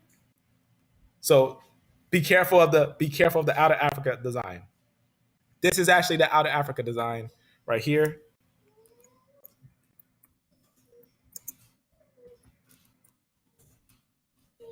This would be the out of Africa era up here. This is what they believe, and I'll save this so maybe we'll talk about it again. So this is what they believe, that everyone began as an A, and then mutation. You get your somehow, some way A left. Look at it. You can look up. In fact, I'll show you the easiest way to see that crazy design they try to make it. Y DNA, and I'll show you Y DNA. I haven't looked it up in so long. I gotta think about what's the easiest way just to find your out of Africa design. Okay, so in a way, here we go. Okay, here we go. Watch this. You see what I'm saying here? I'm not speaking madness. I'm telling you, this is what they want you to believe: that a Hamite made a Japhethite. Let's look at it carefully. The kid's up, so I'm gonna wrap it up from here. So I'm gonna click this picture. And I'm gonna show you something with this picture. This is what they try to say. They try to say that everyone began in Africa as an A. You see this right here? They try to say that this is the root. We began as A, then all of a sudden you get your E lineages that come from A and all these things that mutated. And then after thousands of years, you're somehow, some way, you're gonna get some other lineages that comes from the same lineage. It's just understand what I'm saying. This when I say this, there's no out of Africa idea. People didn't begin in Africa. If you know the Genesis story, Adam was here in the Eden, whether it was here or whatever it was. And then the flood happened. And then where did they settle? They settled, all the people living today, these are all living people. F2. F2. These are all living people. So all these living groups were here in Mesopotamia, right? Even it's recorded they went to Babylon, right? Everyone gathered together at Babylon. That's why we find all the haplogroups around this area. At Babylon, they was all here, and then they spread out. They all went different ways, right? They all went different ways, and they was in different places. And that's what's important. It's just important to note where's the split. Where's the split? It's not that there was a point of time where only A's existed. Then all of a sudden, thousands and thousands of years later, there were E's existed. And then thousands and thousands of years later, there were C's and J's and all those existed after thousands and thousands of years. That's not true. That's not true. Understand that. That's the out of Africa idea, and that's not true. So that's what this is. It's trying to say that there was in the beginning there was only A's and B's. Then all of a sudden, out of a vast mutation, the A's and B's brought forth some D's and E's, and the only D's existed in that time. That only A's and DE's lived, and for thousands of years later, then all of a sudden you see the emerging of C and F lineages. These supposed to be the later ones. These supposed to be the middle ones, and these supposed to be the early ones. No, it's not true. From Ham, Shem, and Japheth came all humans today. All humans today come from Ham, Shem, and Japheth. Noah would have been BT, CT. He would have been a merge of the CT lineage and a BT lineage. And from the BT, you want to get A and B lineages. And from your CT lineage, you want to get your CF and you want to get your DE lineages from CT. So one more time, Adam made Cain and Abel. Those lines were wiped out or cut off. And then you have Noah from Seth, right? Seth was born, and then you had Noah. And then from Noah, because remember, Seth was growing with Cain. Cain was continuing with Seth. But when the flood came, Cain's line was cut off. From Noah came DE, CF, and A and B lineages, because he was actually a mix. He was the middle. He was the split. He was your BT lineage. He was the BT. And that's where you're going to get your B lineage, your A and B lineages from your BT, and then your right here, you will have your CT lineages. Both of these will be from CT. But Noah will be your BT CT lineage, because that's where it's split from BT CT. That's what they also know too, that from BT you actually get a split. Right here is actually will be your BT and CT lineages. And just to show that on here, it actually has the this little symbol. I'm gonna go down and show the little symbol just for the sake of information. This is right here, this little symbol. There's A and that little fancy B. Go down and go to that. Even though I don't want to look through this paper again, but it does have that on here. Just for, let me zoom out so I can get a easier see of it. And just kind of quickly just find it and everything. This little paper is worth a little read through, just to get those little names and everything. Let me actually see if I can go to that real fast.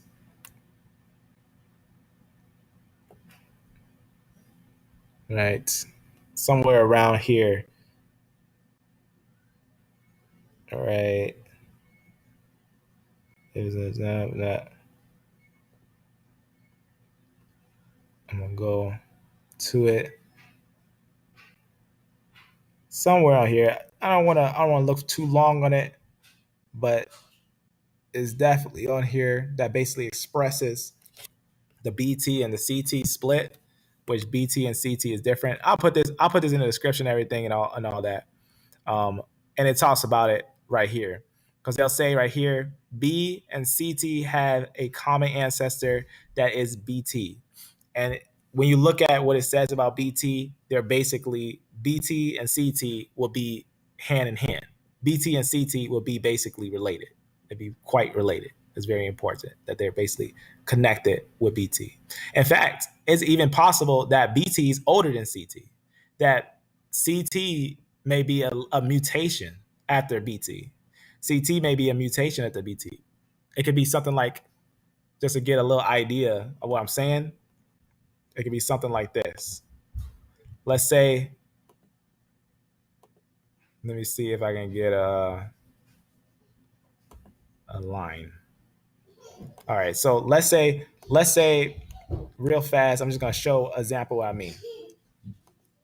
All right, let's say, let's make 3 lines just to show what I mean. Let's say this is CT and BT. It's possible that BT was here, and then all of a sudden it had a mutation of CT BT. Now the reason why I say that is because that's basically what we're seeing. We're seeing like this type of mutation that's going on. And then from CTBT, that's when you get the split like this. And you get these little lineages. So BT has a little more information than CT, but they're about the same age. They're about the same age. Like these are your ancestral states, these ones. Your CT would make your DE and CF lineages from CT. And then your BT also makes A and B lineages. That's very important. That's just an idea of what it would be in the split of it. And that CT doesn't, what's the word I'm looking for? It doesn't make anything older, or it makes these, right? But that's the split. Like that's as far as it goes. CT makes this one and this one, and then it splits, and it doesn't make these ones. It makes this one and this one, but it doesn't make this one. But BT makes this one, and technically they said that BT makes these ones as well, but they don't. They don't. You know what I'm saying? Like it's hard to explain. Like BT doesn't make these ones, yet they say that they descend from it. That's probably part of the word, what's I'm looking for, the data bending, because they also note something on here that BT and CT are about the same age. They say their ages are basically correlated, which is very important. But I'll put this paper on there. It's worth the read. It's definitely worth the read, because when they talk about it, they even talk about CT being basically your out of Africa idea. And they talk about how your BT and CT, nothing makes BT and CT. But BT and CT are basically correlated, like they're related. Like they basically, like BT would make CT, but BT doesn't make CT lines. It's kind of confusing. It sounds confusing, but understand what I'm saying is when I say this. If you look on a chart and you see the design, CT makes DE and CF lineages. BT lineages are connected with A and B lineages. And that if you can understand that. That's the best way to understand. Otherwise, I'm gonna put this in the description, and you can go over it and get that little spot for that where that's talked about, because I took a screenshot of it, but I can probably find it real fast just for the sake of the live. Maybe I can find it. Grab this thing real fast from a note, because I want to show you where it tells you where BT and CT is, because it's quite interesting to note. It's quite interesting to note where BT CT is. I'm gonna go and see if I got that on here real fast. Might not. Right.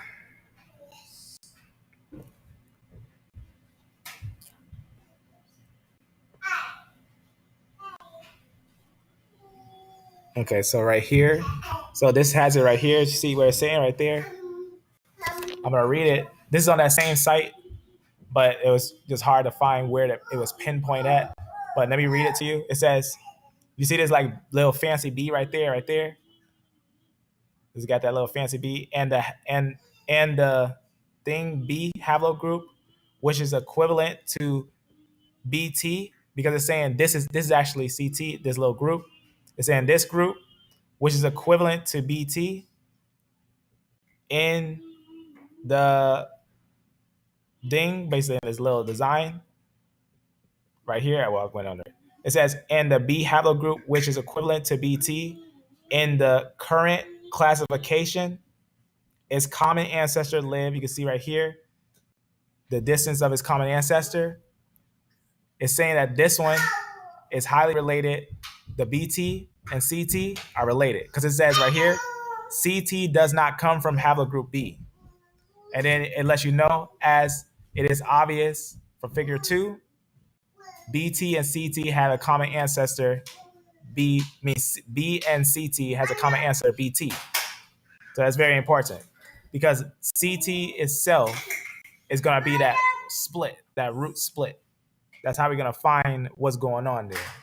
It's a really deep, it's a really interesting paper that's worth noting certain things, and it'll show you that BT and CT are technically related in a way. Like they're basically like related, and that's why I showed you that with Noah having BT and CT, he would have that group in him. That would be the split of the two. And here it is. I just put it here just to make it clear. When I went over it, I just put the little information there just so it's clear that what we're seeing there is BTCT, and they're the split. They will be the split, and everything descends from them. From CT, you get a split of A and B, and from BT, you get your A and B lineages. Long story short. So I just want to show you that, at least on that. The boy's up, so I'm gonna wrap it up with this. This is what I'm gonna wrap it up with. So F, you see this F right here? If you just click this F, you'll find every family underneath F. Every family underneath F. You see what's going on here? What's underneath F? H-I-J-K.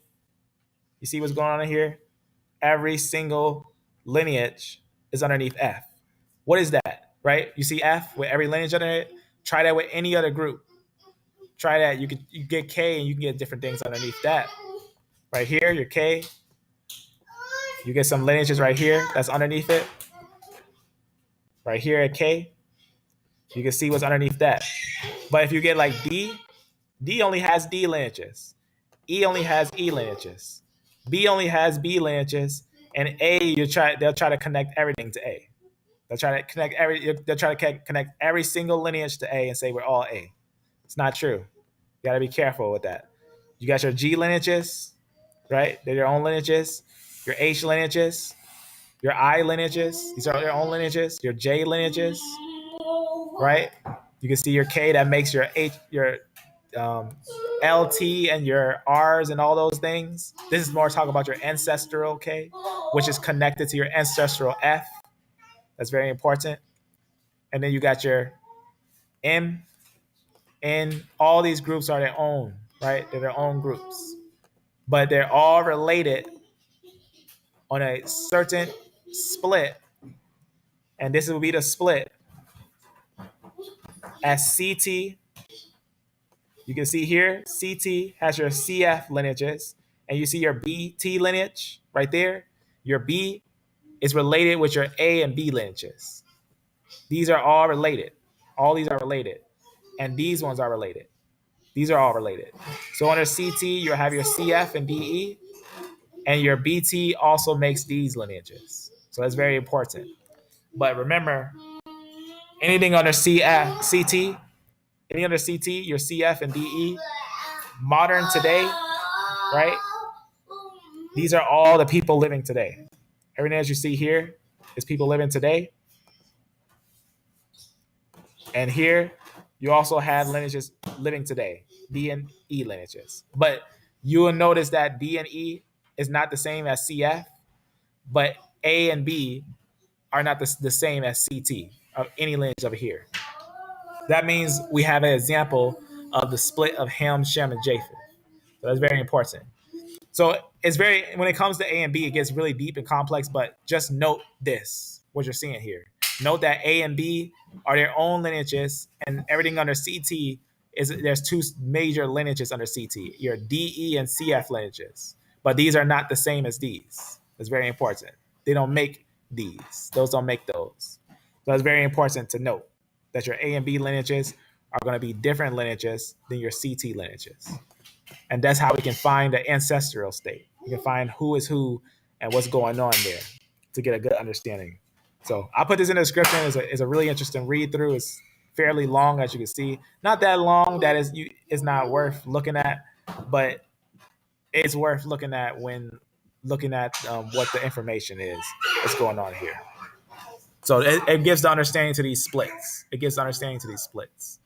So one more time, you can see here, just to not make it too confusing, beware the out of Africa idea that says everyone was Hamites and became Shemites and Japhethites. That's crazy.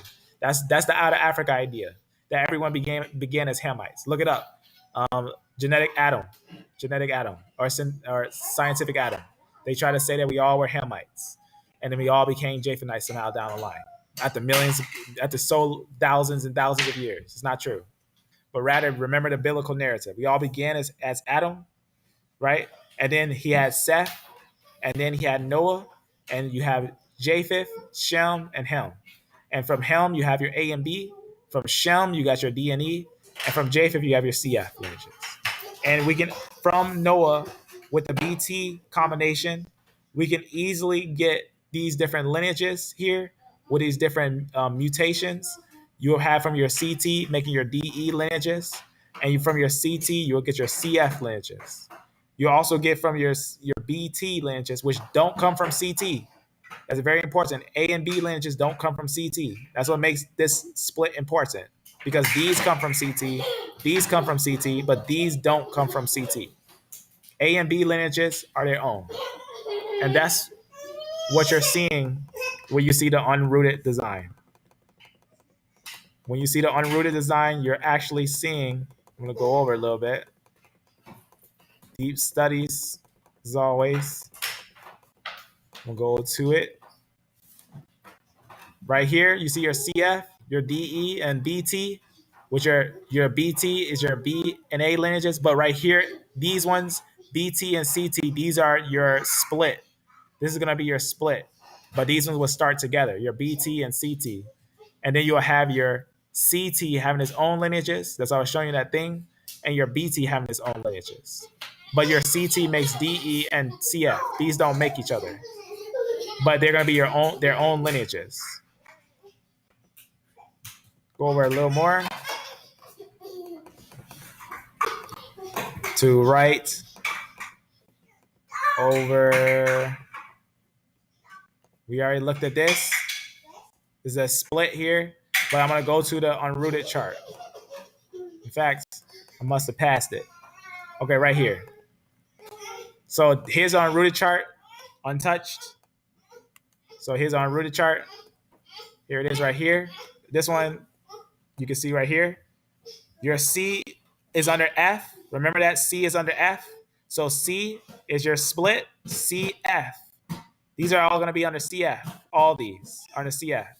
DE is its own lineage. And your A and B lineages are their own lineage. So you see what's going on there? So you can see right there, your C is going to be under F. Your F makes all these lineages. See how this circle is like that? Your F makes all these lineages. Your F makes all these lineages, and it makes your I, J, and then you have your K. Remember, K makes L and T. K makes L and T, and all these lineages right here. All these lineages. All these are under F. H, G, and C. C2 is under F. C is underneath F. That's very important. But DE is not underneath F. That's very important. So that's what you're seeing there that we went over. So it's like a buffer state. You know, BT, CT is like a buffer state. It's like the buffer between these haplogroups, BT and CT. So you can see right here, your offsprings of his own would be B and A. They make their own groups.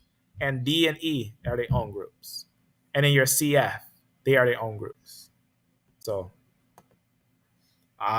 We just went over that very detailedly. The reason why is because we're going to talk about F. We're going to talk about haplogroup F and who's underneath F, who's related to F. So with that, family, that's all I got for now. But just going over some of the things said. How's it going? That's right. That's what we looked at. They did say that Abraham, the lineages, the children of Israel was E1B1. That's what we talked about. That was found in this little paper right here. It talks about that the children of Israel was indeed E1B1. This was from a geneticist talking about the finds that they found. That when they found the ancient people in the land, there is no doubt that the skulls that they had found was E1B1. And that's why we looked at these things very carefully on what's going on there. Get a little understanding on there. That's right. And in the land of Sidon is like that. It's almost like you're a perfect example. Sidon is a perfect example of trying to figure out who is who, because we can't all say these are Shemites. Everyone saw that Jay was in Sidon and everyone went crazy. And it was like, wait a second, let's look at that paper a little closer and see who is all in Sidon and see what's going on in that land and get an idea of what's going on in that land. In the land of Sidon, we get a lot of different lineages, a lot of lineages that were in the land of Levant. So we got to figure out who is who and what is what, and what's going on in that land. So that's what we see there. We see that there's different lineages, and we notice that some are Japheth, some are Shem, some are Ham, right? Get different lineages in that area, right? So we'll close them as we go. So out of Africa design, out of this thing, I'm gonna make sure. In fact, I added this to one of the lives. JP58 that we talked about. Actually added a note to it. Let me just go to that real fast and just show where it's at. Because I was gonna add it to this one, but it's if you haven't seen this and you haven't seen this, you should see this. But I'm gonna show you something on this. That'll be a European lineage.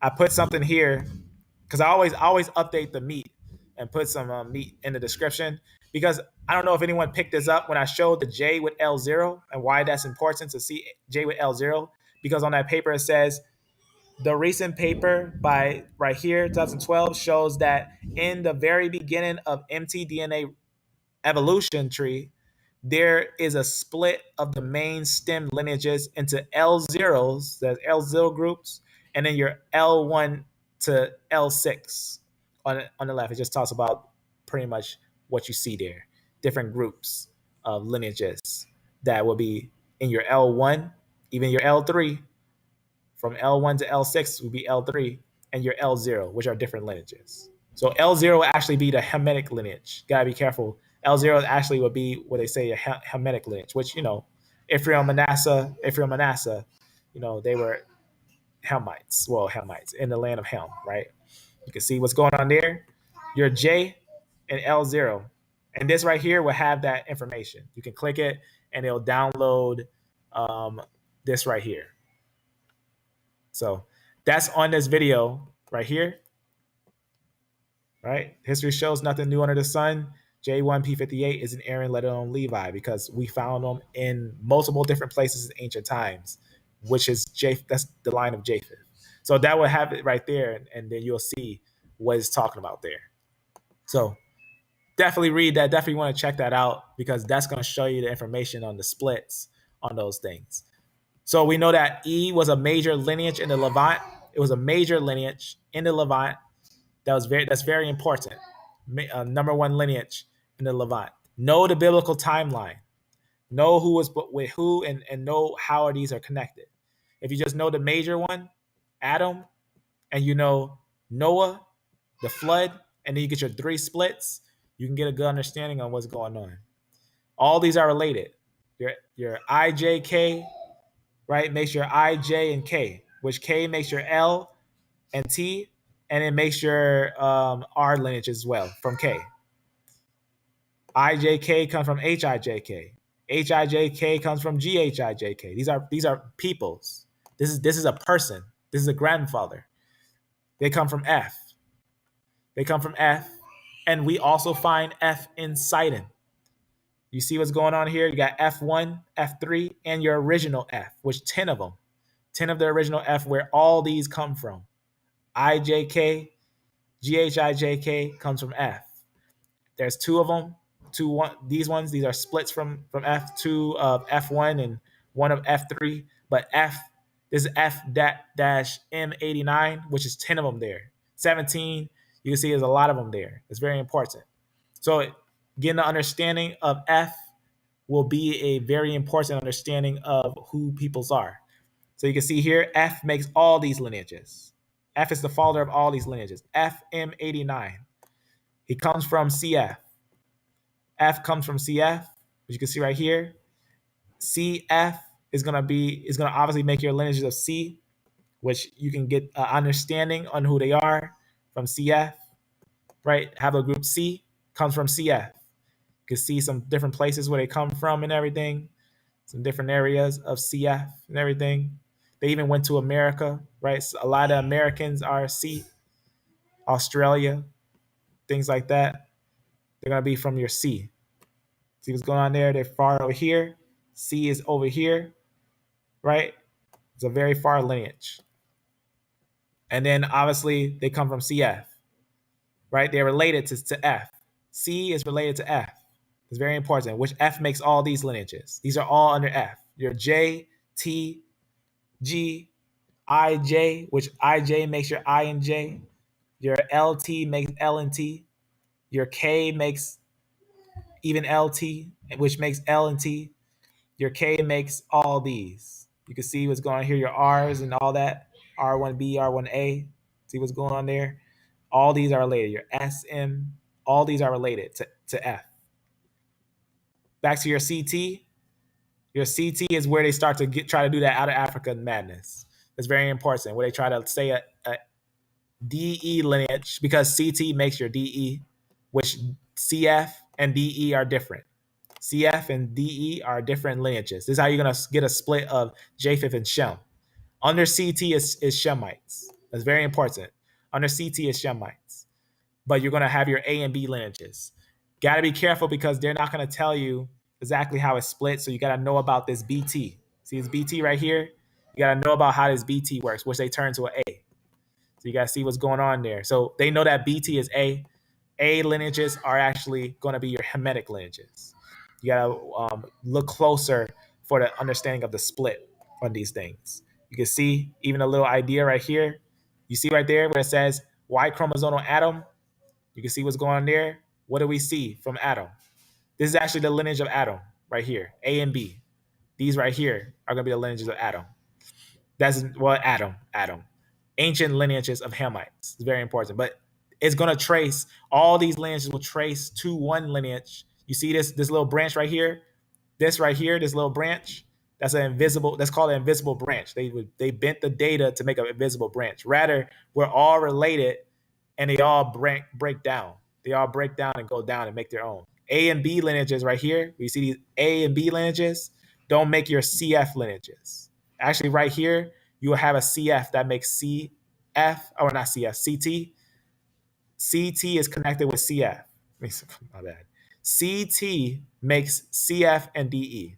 Let me make sure it makes sense. You see that CT right there? Just to make it make sense. You see that BT? BT makes these ones. You see that BT, how it curves like that? Because they know BT doesn't make CT. That's your split right there. That's your real split. You got to look at an unrooted chart. You see what you're seeing right there? Because BT doesn't make anything in DE. You see how it bends like that? BT doesn't make DE or CF. BT does not make CT or CF or DE. Very important. CT and BT is the split. That's the real split. That's important to understand. That's the real split. CT and BT is the real split. And then you're going to have your A and B lineages, which are going to be their own. But your CF and DE lineages are their own. So remember that. Those A and B, different. Very important. That's why you got to see this paper of the bending of data that they were doing when they were trying to merge and make these. Because we know that the biblical narrative doesn't allow a Hamite to make a Japhethite. So you can't say at one point in time everyone was Japheth and then they all became who you see today. That's not right. That's not right at all. So you can see what's going on there. A little understanding. So just for clarity, that's what we're going to talk about. Yah willing, this Sunday, right? Because you can see what do you see that comes from BT? What do you see that comes from BT? They'll try to say CT, right? And then your B. So B lineage is actually related to your A lineage. It's very important. But CT has your D and E lineages under it. So that's very important. Your CF and DE lineages. So you see what's going on there. They're their own. They're their own. So that's very important. It's like a buffer. CT-BT is like a buffer state. That's very important. CT-BT is like a buffer between the groups, which they're their own groups. So I'm gonna close some of these as we go. If you've never seen this one, maybe I'll put this one in the description. This one right here. Maybe I'll put this one in the description. If you haven't read this one, very interesting read on that one.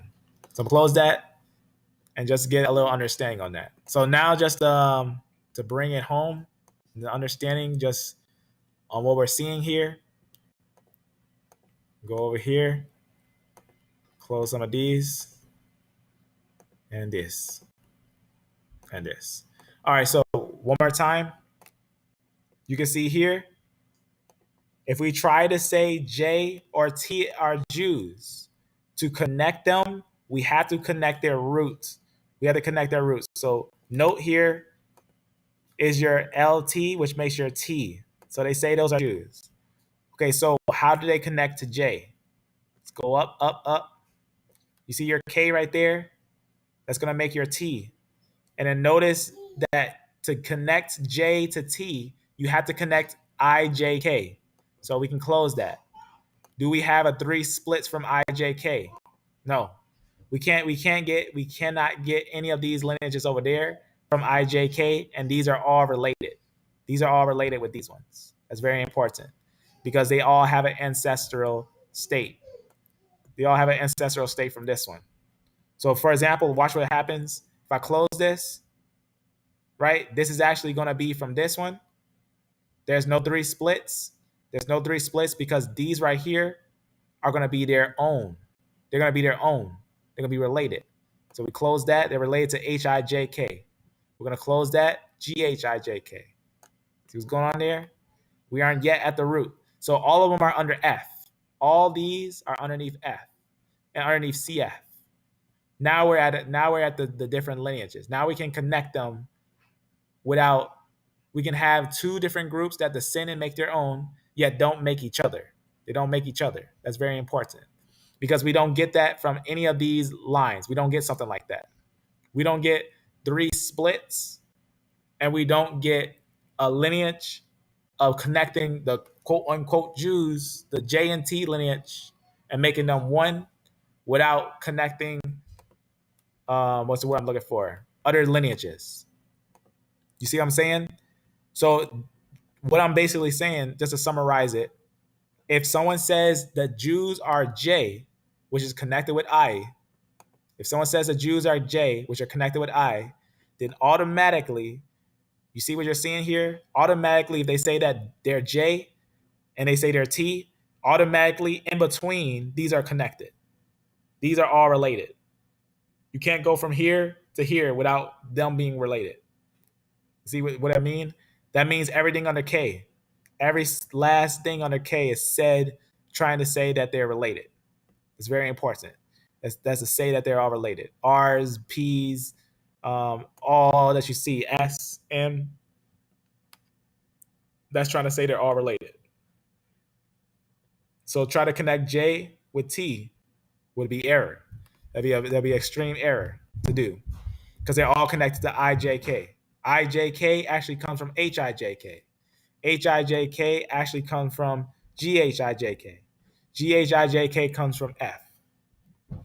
F comes from CF. We haven't got to 3 splits yet. Now we're at the 3 splits. The YAP line, which is DE, and your CF lineage, which is its own lineage. These are their own lineage, yet you have 3 because you got to be careful when noticing what is A and B lineages. They don't make these ones. They don't make anything under CT. A and B lineages don't make CT, but CT is going to make its own. So just remember that. And this is why I made this, for the clarity, for the understanding of what we just went over. What we just went over was this. This is what we went over. So bring it home with this note. The out of Africa idea is false. People didn't begin as A lineages, and after thousands of years, that came B and E lineages. And all of a sudden, after thousands of years, you get C and F lineages. That's not true. That's important to understand. Rather, this is what we see, that from Adam, there were lineages that were wiped out, and then there were A and B lineages that came from Noah, right? From Adam came Seth, and from Seth came Noah. Noah had 3 sons, Ham, Shem, and Japheth. Ham cannot make Japheth, and Japheth cannot make Ham. You see what's going on there? So Ham cannot make Japheth. So we actually find that there are lineages, 3 different lineages that don't make each other, but they're their own lineages. A and B, D and E, C, F. Those are going to be the 3 lineages that are going to be the splits of 3 different peoples. That's very important. So Noah, if we was to bring it down to the root of what was found in genetics, BT, it's possible that BT is the oldest one. We can even say that Noah would be in the midst of BT and CT. So he would even have a possibility of having BT and CT. That's very important. And from his BT and CT, he would have sons that are only CT and sons that are only BT. So he would have, this is what we find, that DE and CF comes from CT. But CT does not make A and B lineages. That's very important. That's very important.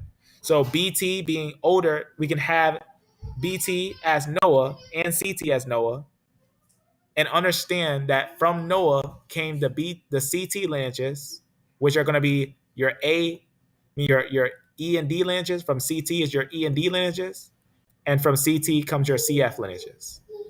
And then from your BT is going to be your A and B lineages. And that's how we get the split of Ham, Shem, and Japheth.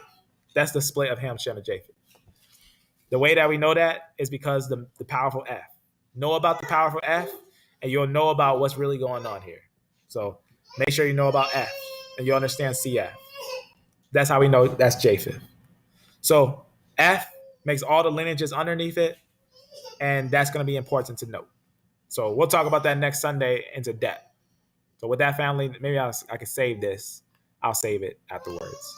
But with that, family, I'm going to look at some things real fast while we close out. It's going to close out real fast.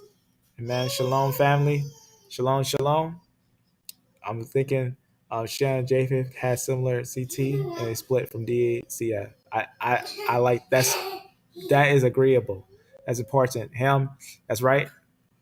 Ham are A and B. The Shemites, Japheth came from your age and CT, CF. That's right. Exactly. So what you're seeing is solid. What you're seeing is solid genetic facts. It's what you're seeing here. We're connecting the genetics with what we see in the biblical narrative. We know that a Hamite cannot make a Japhethite. You get him? So we know a Hamite cannot make a Japhethite, right? And we know a Japhethite cannot make a Hamite. A Shemite cannot make a Japhethite. And a Shemite cannot make a Hamite, right? That's the same thing in genetics, right? AB doesn't make DE, and CF doesn't make DE, right? But they all have a common ancestor. They have a common ancestor, which is BTCT. BTCT would be that middle split. That's what we find when we look at those things. Before first splitting, that's right. Yep. That's it right there. Where he puts right there, second Exodus, waiting for the second Exodus. I love that name. I'm thinking Shem and Japheth had similar BT groups before they further split into DECF. That's right.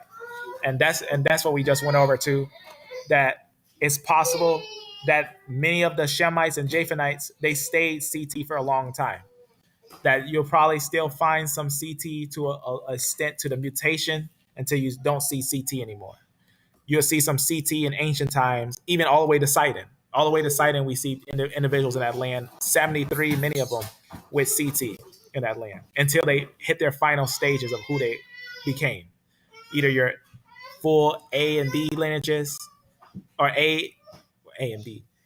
E and D lineages and CF lineages. Those come from CT. CF and DE come from CT.